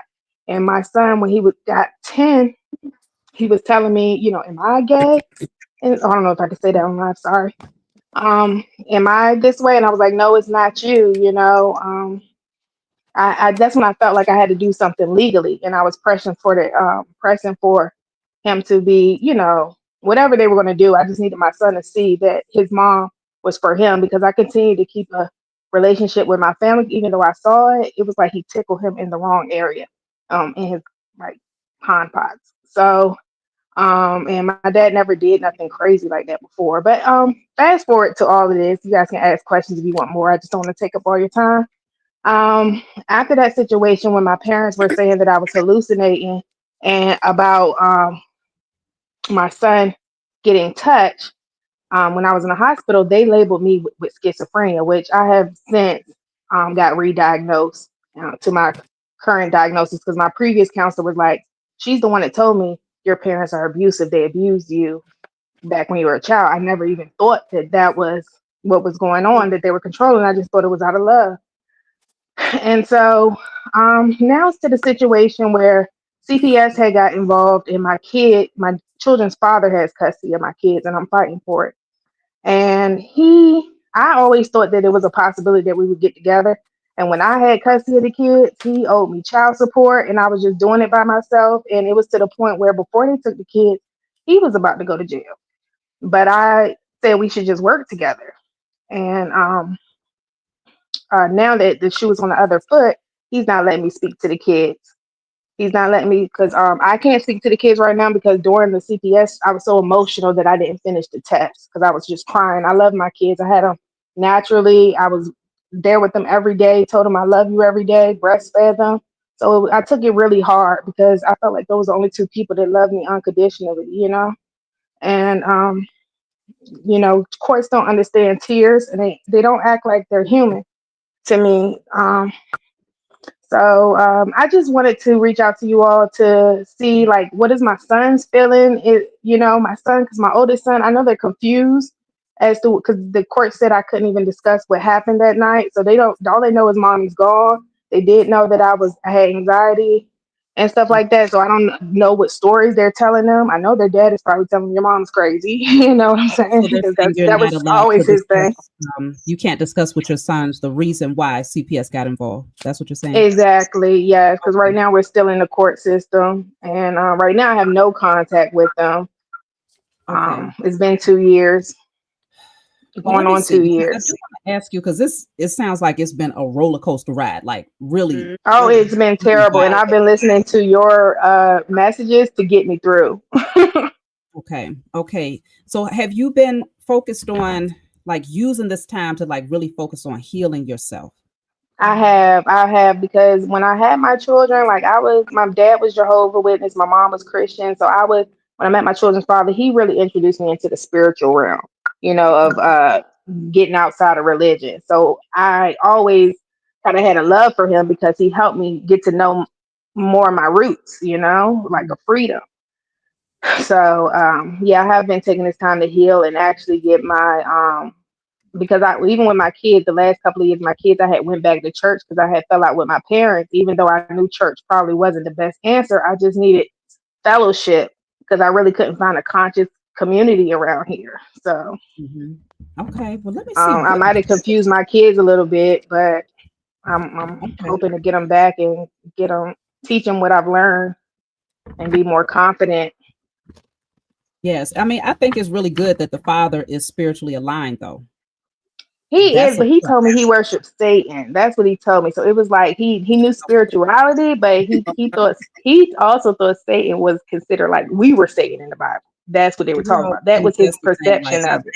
I've also heard that. I've heard that too. I've heard that too. Yeah. Okay, so all But right. he is I'm very taking it wise. as He can teach him some stuff that I can't teach him, but I don't know where yeah. he's at really spiritually. Because if he was where I was at, he would have still kept the connection with me. Because I kept the connection. I always thought it was good that they knew their father, even when he wasn't doing right. He should still And I've done understand the nothing wrong. balance of both. Yeah, the importance of both. Yeah, that shows a lot about his healing. Like to understand the importance of having that relationship on both ends. It does say something about his healing process. But let me just see. I want to see why. What's the lesson in all of this first, and then we Mhm. could tap in because I know you wanted to know some things about where your sons stand emotionally right now. Yeah. So, And is there anything I can do to let them know? Because I just pray and just be like, angels, let them know I love them. Let them know. I mhm, don't know. mhm. So I mean, the good thing you have the temperance card. This is really all about you finding your emotional Mhm. balance. Yeah. It's something about Wow. Hmm. stabilizing yourself internally and finding that peace, but it's also about healing. It's about pouring into your own cup. I don't know if you was Hmm. like doing too much, wearing too many I hats. was. Okay. I let my sisters live with me. I've taken care of other people's kids. I've taken care of boyfriends. I love to give. And I just heard Louis Farrakhan say, when a single mother is pouring into somebody, she needs somebody to pour into her cup. And I've had mental breakdowns, and I thought they try to say it was schizophrenia, but really it was just stress. You Yeah. know, it was You was completely overload. drained. Yes, and And then I like confused what because he people will said. lie to you. Mhm. What he said is Sorry, significant, but consider you see what's happening here? she's what pouring her drink in her cup. Pouring into her own cup. Into her own. Yes, Mhm. and that's So what I've even been though trying to do. it's significant, it's important for others to pour back into you, but you got to first pour back into you to show them what you expect from them. You see what I'm saying? And I don't And feel I've like you're totally let doing that. myself go. Like, yeah. So this is where your spiritual team, they want you to get back on track and get here. Okay, Find thank your you. internal balance again so nobody else can come in and rock your boat. I feel like too many Hmm. people had access to a button. They did. You know I what I'm let saying? too many people in my home. Yeah, I can't say too much, but yeah, I let too many people in my house. Yeah, I given up my son's bed so that my sisters can sleep there. They love sleeping in bed with me anyway sometimes when they were younger, but giving up their beds, I made that declaration. I will never let anybody sleep in my kids' bed. They will have a blow up bed because Mhm. everybody that I gave their room up to, they're nowhere to help me. Yeah. That's how it Yeah. goes. Let me see. I'm gonna take one more here, and then Jessica Mhm. definitely. Okay, they gave me two. Okay, we got all major arcana. So you have the magician and the fool. What's that mean? So literally, all of this happened. You're supposed to be learning how to Mhm. create. Yeah. What do you want? Using the tools that Hmm. you have to create the life that you want and that you desire. But first, it can't happen without the internal balance because it's always about as Mhm. within, so without. So without Yes, this ma'am. temperance and having control over your emotions, manifesting what you want is not going to be an easy thing to do. But then you have the fool card here. So this is all about a fresh start. You literally had to pack light. It's something about dropping all of the weight and burdens you was carrying way too much baggage, other people's baggage, and you needed a total reset. That's Hmm. what this was all about, a total reset, That's what even it to the point where is. your mind had to go through a total reset to where, Mhm. a lot of times people they end up in facilities for what they might consider mental health, their mind is like it's doing so many different things that it needs like a reset, like to snap Right. them out of whatever that chaotic energy is and bring them back to themselves again.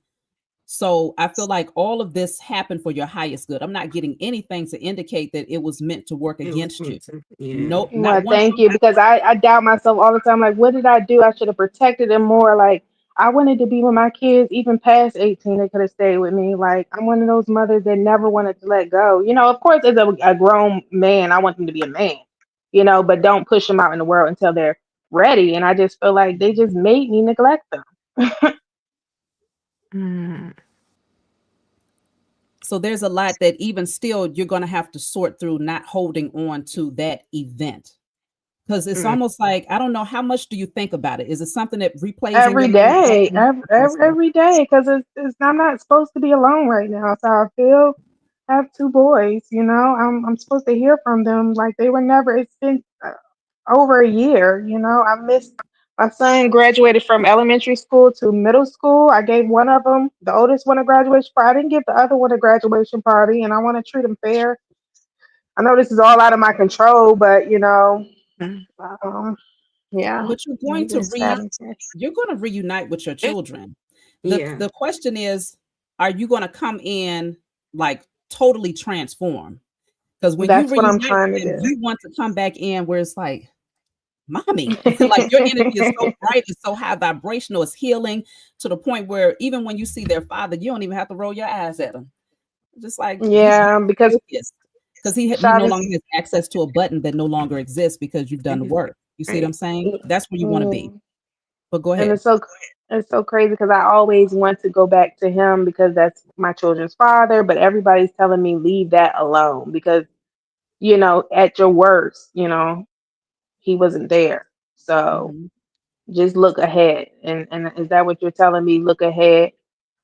Oh yeah, that's what's in the Mhm. cards. It's speaking on using this time to create what you want, but Mhm. again, certain things have to be offloaded first so that your energy is light enough to manifest.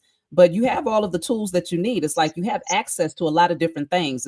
Apparently, a lot of knowledge, a lot of wisdom that you've gained, the Mhm. lessons that you've learned. You got a lot of tools to work with. So it just Thanks to sounds like you you. want to use this time to not be overly concerned about, okay, well, my babies aren't here. Because consider if your babies were there, they would be the perfect distraction because you're used to being the nurturer, the giver. You're used to having people codependent on you. But right now, your inner child is saying, focus on me.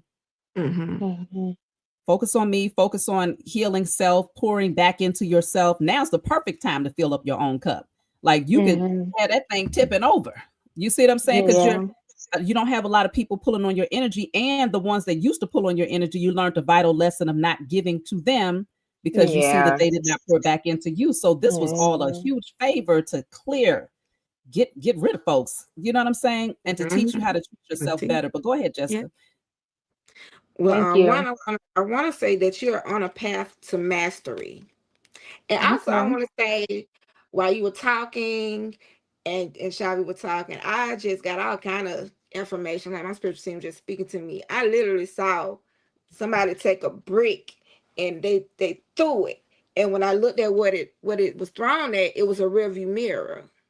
Hmm. Break the rearview mirror because something got you looking. Like you can't I'm drive for always looking back. I'm yeah. always looking back on Break childhood because I'm the rear, like, yeah. what went Break wrong? it What went wrong? because where you were at your third chakra took a hit. And that can't be so. Because Sagittarius is the seer. You can't, how you know where to point that arrow? You Sagittarius? Yeah, that's the seer. I see. You see the truth. But somewhere it got distorted. So you might be you got a strong water placement somewhere in your chart. So illusions, panics, migraines, nightmares, lack of intuition and imagination, paranoia, hallucinations, emotional imbalance is what you had to deal with. But you're called to 5D energy, unity of your masculine and your feminine energy, because this third eye in reverse put you in the 5 of Cups energy to where you were just left out in the cold. You was helping people, and people were down. They were down. They got up and helped themselves. They ain't thinking about Hmm. you and what you had to lose. You know what I'm saying? They don't care. They're like, okay, I'm up now. I'm able to move and do what I need to do. It's all about me. But see, now this is where you're having to say, okay, well, it's all about me now, because things are out of your hand. Um, Co-create. That's what the 5D energy is about. Being intuitive, being in unity, being in sync with yourself, creating that evolution for growth. Because the way you were brought up is like, but see, you're very wise though. You're Thank wise, and you. I just feel like, and that's why you're attracted to, who is it? Your baby dad. I feel like He's it's a a strong connection Sagittarius there. too. Yeah, Yeah. so y'all love information. Gemini back energy to Sagittarius. That's what balances the energy out. Y'all love to get information. Y'all love to talk about it. Y'all are teachers. Mm-hmm. Okay. Focus on you because something is coming. Okay. And I say that because see, we got the 5D card, unity within yourself, but in a level of 5D. This is grounded, high frequency energy. It's going to bring about a 2 of Cups energy within you, okay, to where you become the Queen of Pentacles, okay, not having a care in the world, embracing, just being stable, the stability, the honesty, being loyal to yourself and your cause. You know what I'm saying? Mm-hmm. Not the count, not the, no, what's the cause behind it? What's the Mm-hmm. purpose? Because somebody that do something outside of a cause is foolish, you know. And then the cause has to mean something. Weigh Right. the cause. You know what I'm saying? So know that you Mhm. are what you need. This is your angel card, the angel of attraction. It says shine a light on the people and things you are attracting into your life. Like seeks like. If you don't value yourself, the people in your life will reflect this lack of self-worth. Okay. Mm. Ask yourself if the people you spend time with mirror the things you admire and love in yourself. Is there a balance of giving and taking those relationships? Let the angel of attraction help you to be truthful with yourself. If you close relationships, if your close relationships are not supportive, you need to reevaluate them or find ways to bring greater balance into them. So bear in mind that attraction is not just expressed in your relationships, but also through the energetic power of your thoughts, feelings, and most important of all, your actions. So if you feel low, counteract that by doing something positive. Actions always speak louder than words when it comes to attracting good things in your life.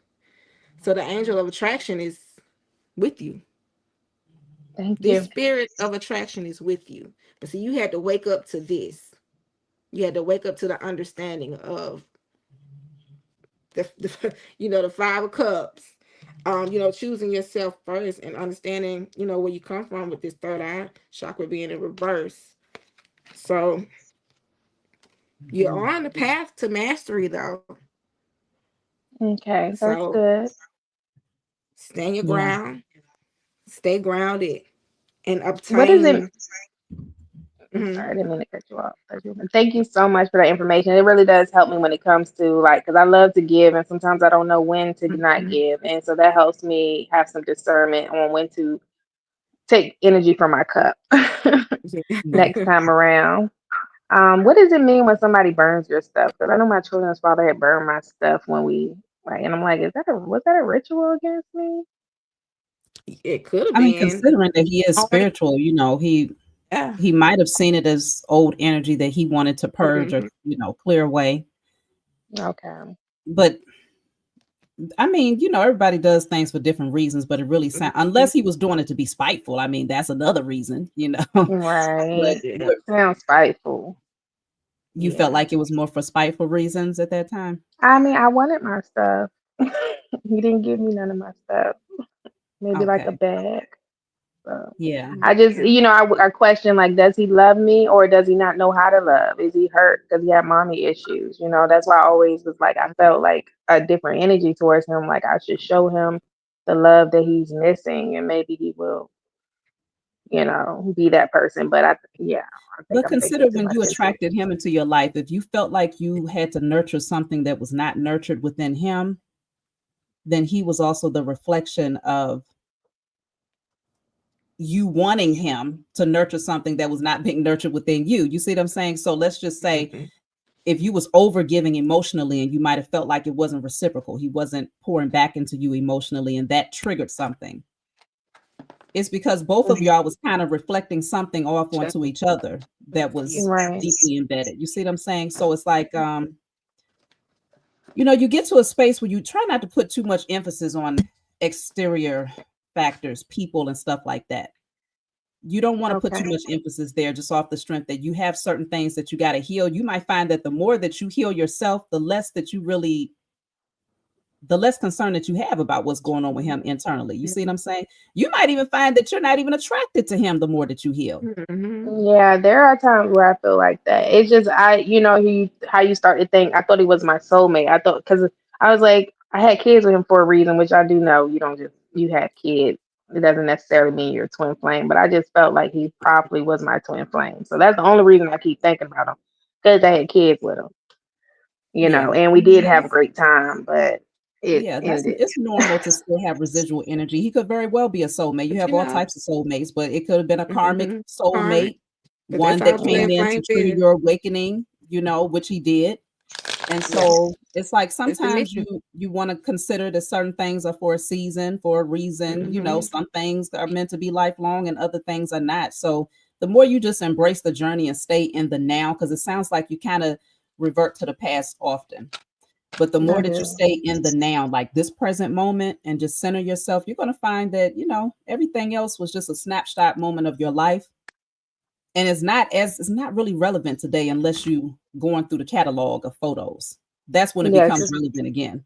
Otherwise, it's just energy that's, you know, you can either pull it back up or you can just keep going and create new energy for yourself. So I feel like you want to just focus on creating new memories, new energy, and like it says with the magician, focus on manifesting a different future for yourself.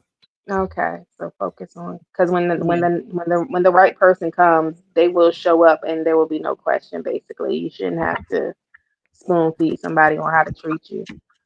Yeah, you want to be very Um. clear about that. But I'll just give So you what one should I last do for card. my sons? What should I do for my sons? Like as far as like, is there something that they're wanting from me right now that I should like something? Let me see. You Let know, me see. I'm any gonna read this ideas? real quick.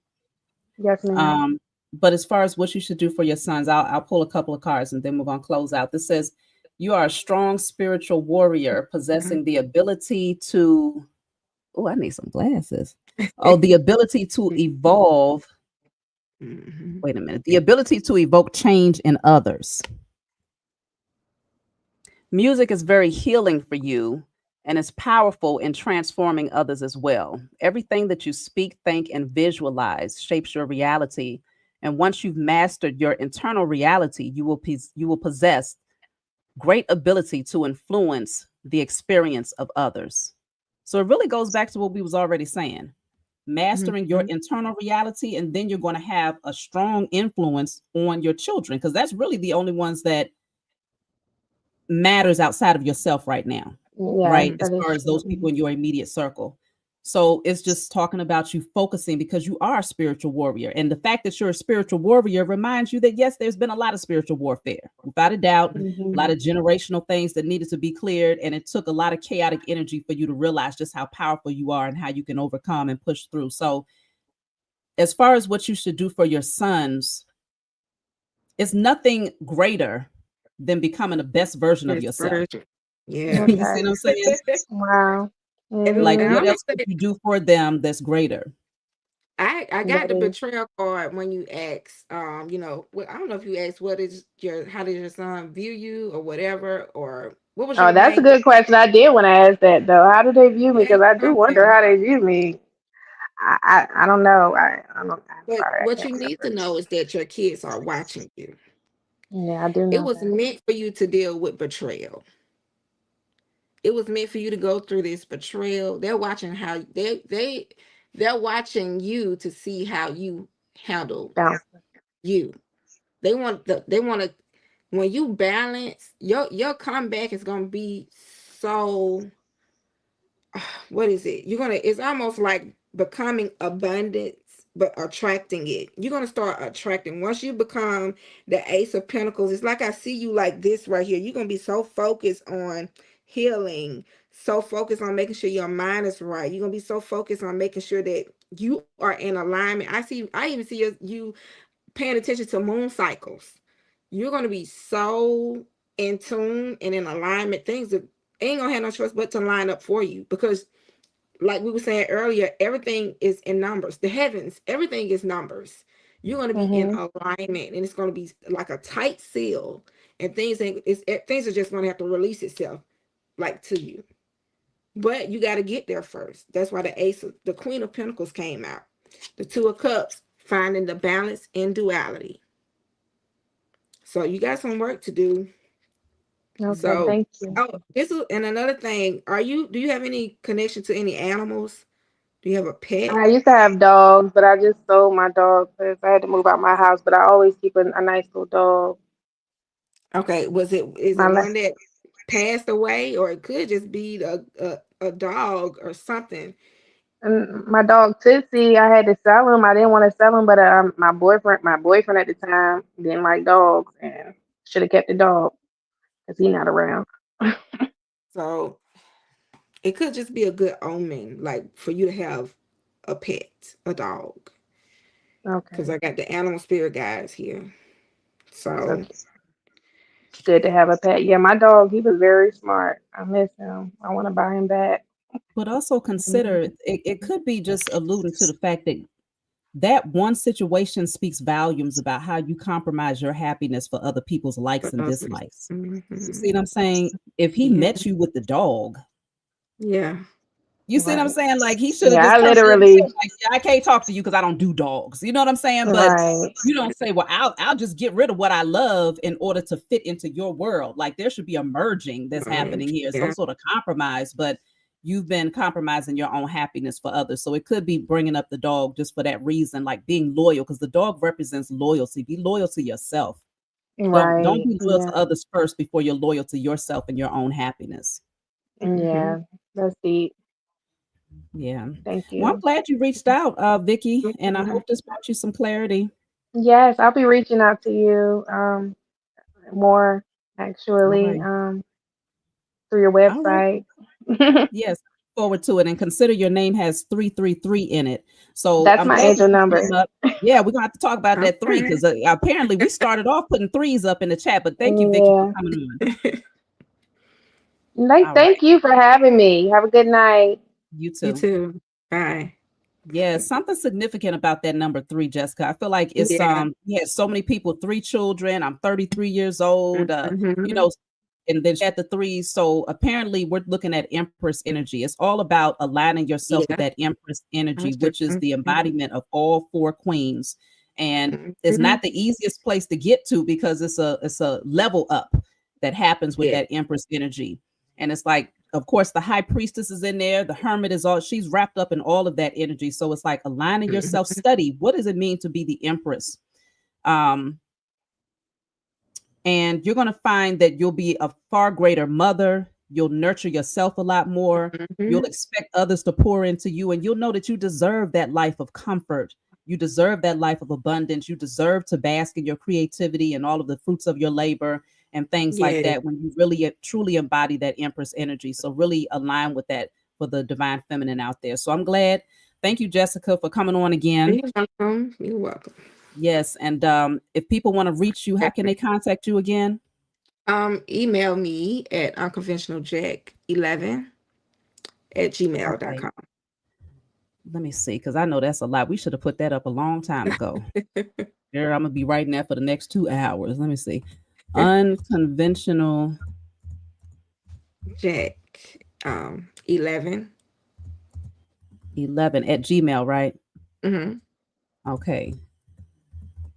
Yes. So definitely for and what are you offering again, Jessica? I'm offering readings, 15-minute, 30-minute readings, birth natal chart readings, focused around healing. I'm doing even, I'm pulling your children's birth natal information on healing for them as well. That's what I've been doing lately. Um, So yeah, email me. Absolutely. Okay. All right, y'all. Well, I'm so glad y'all was able to come out. All right, Jessica, I'll be talking to you soon, lady. Okay. All right. All right. I'm glad y'all was able to join us tonight. This has been very insightful. I even got more tips as a mother, things that I can implement in my household. So I hope that this brought you all clarity out there for those of you who joined in the live, as well as those of you who might see this in the future.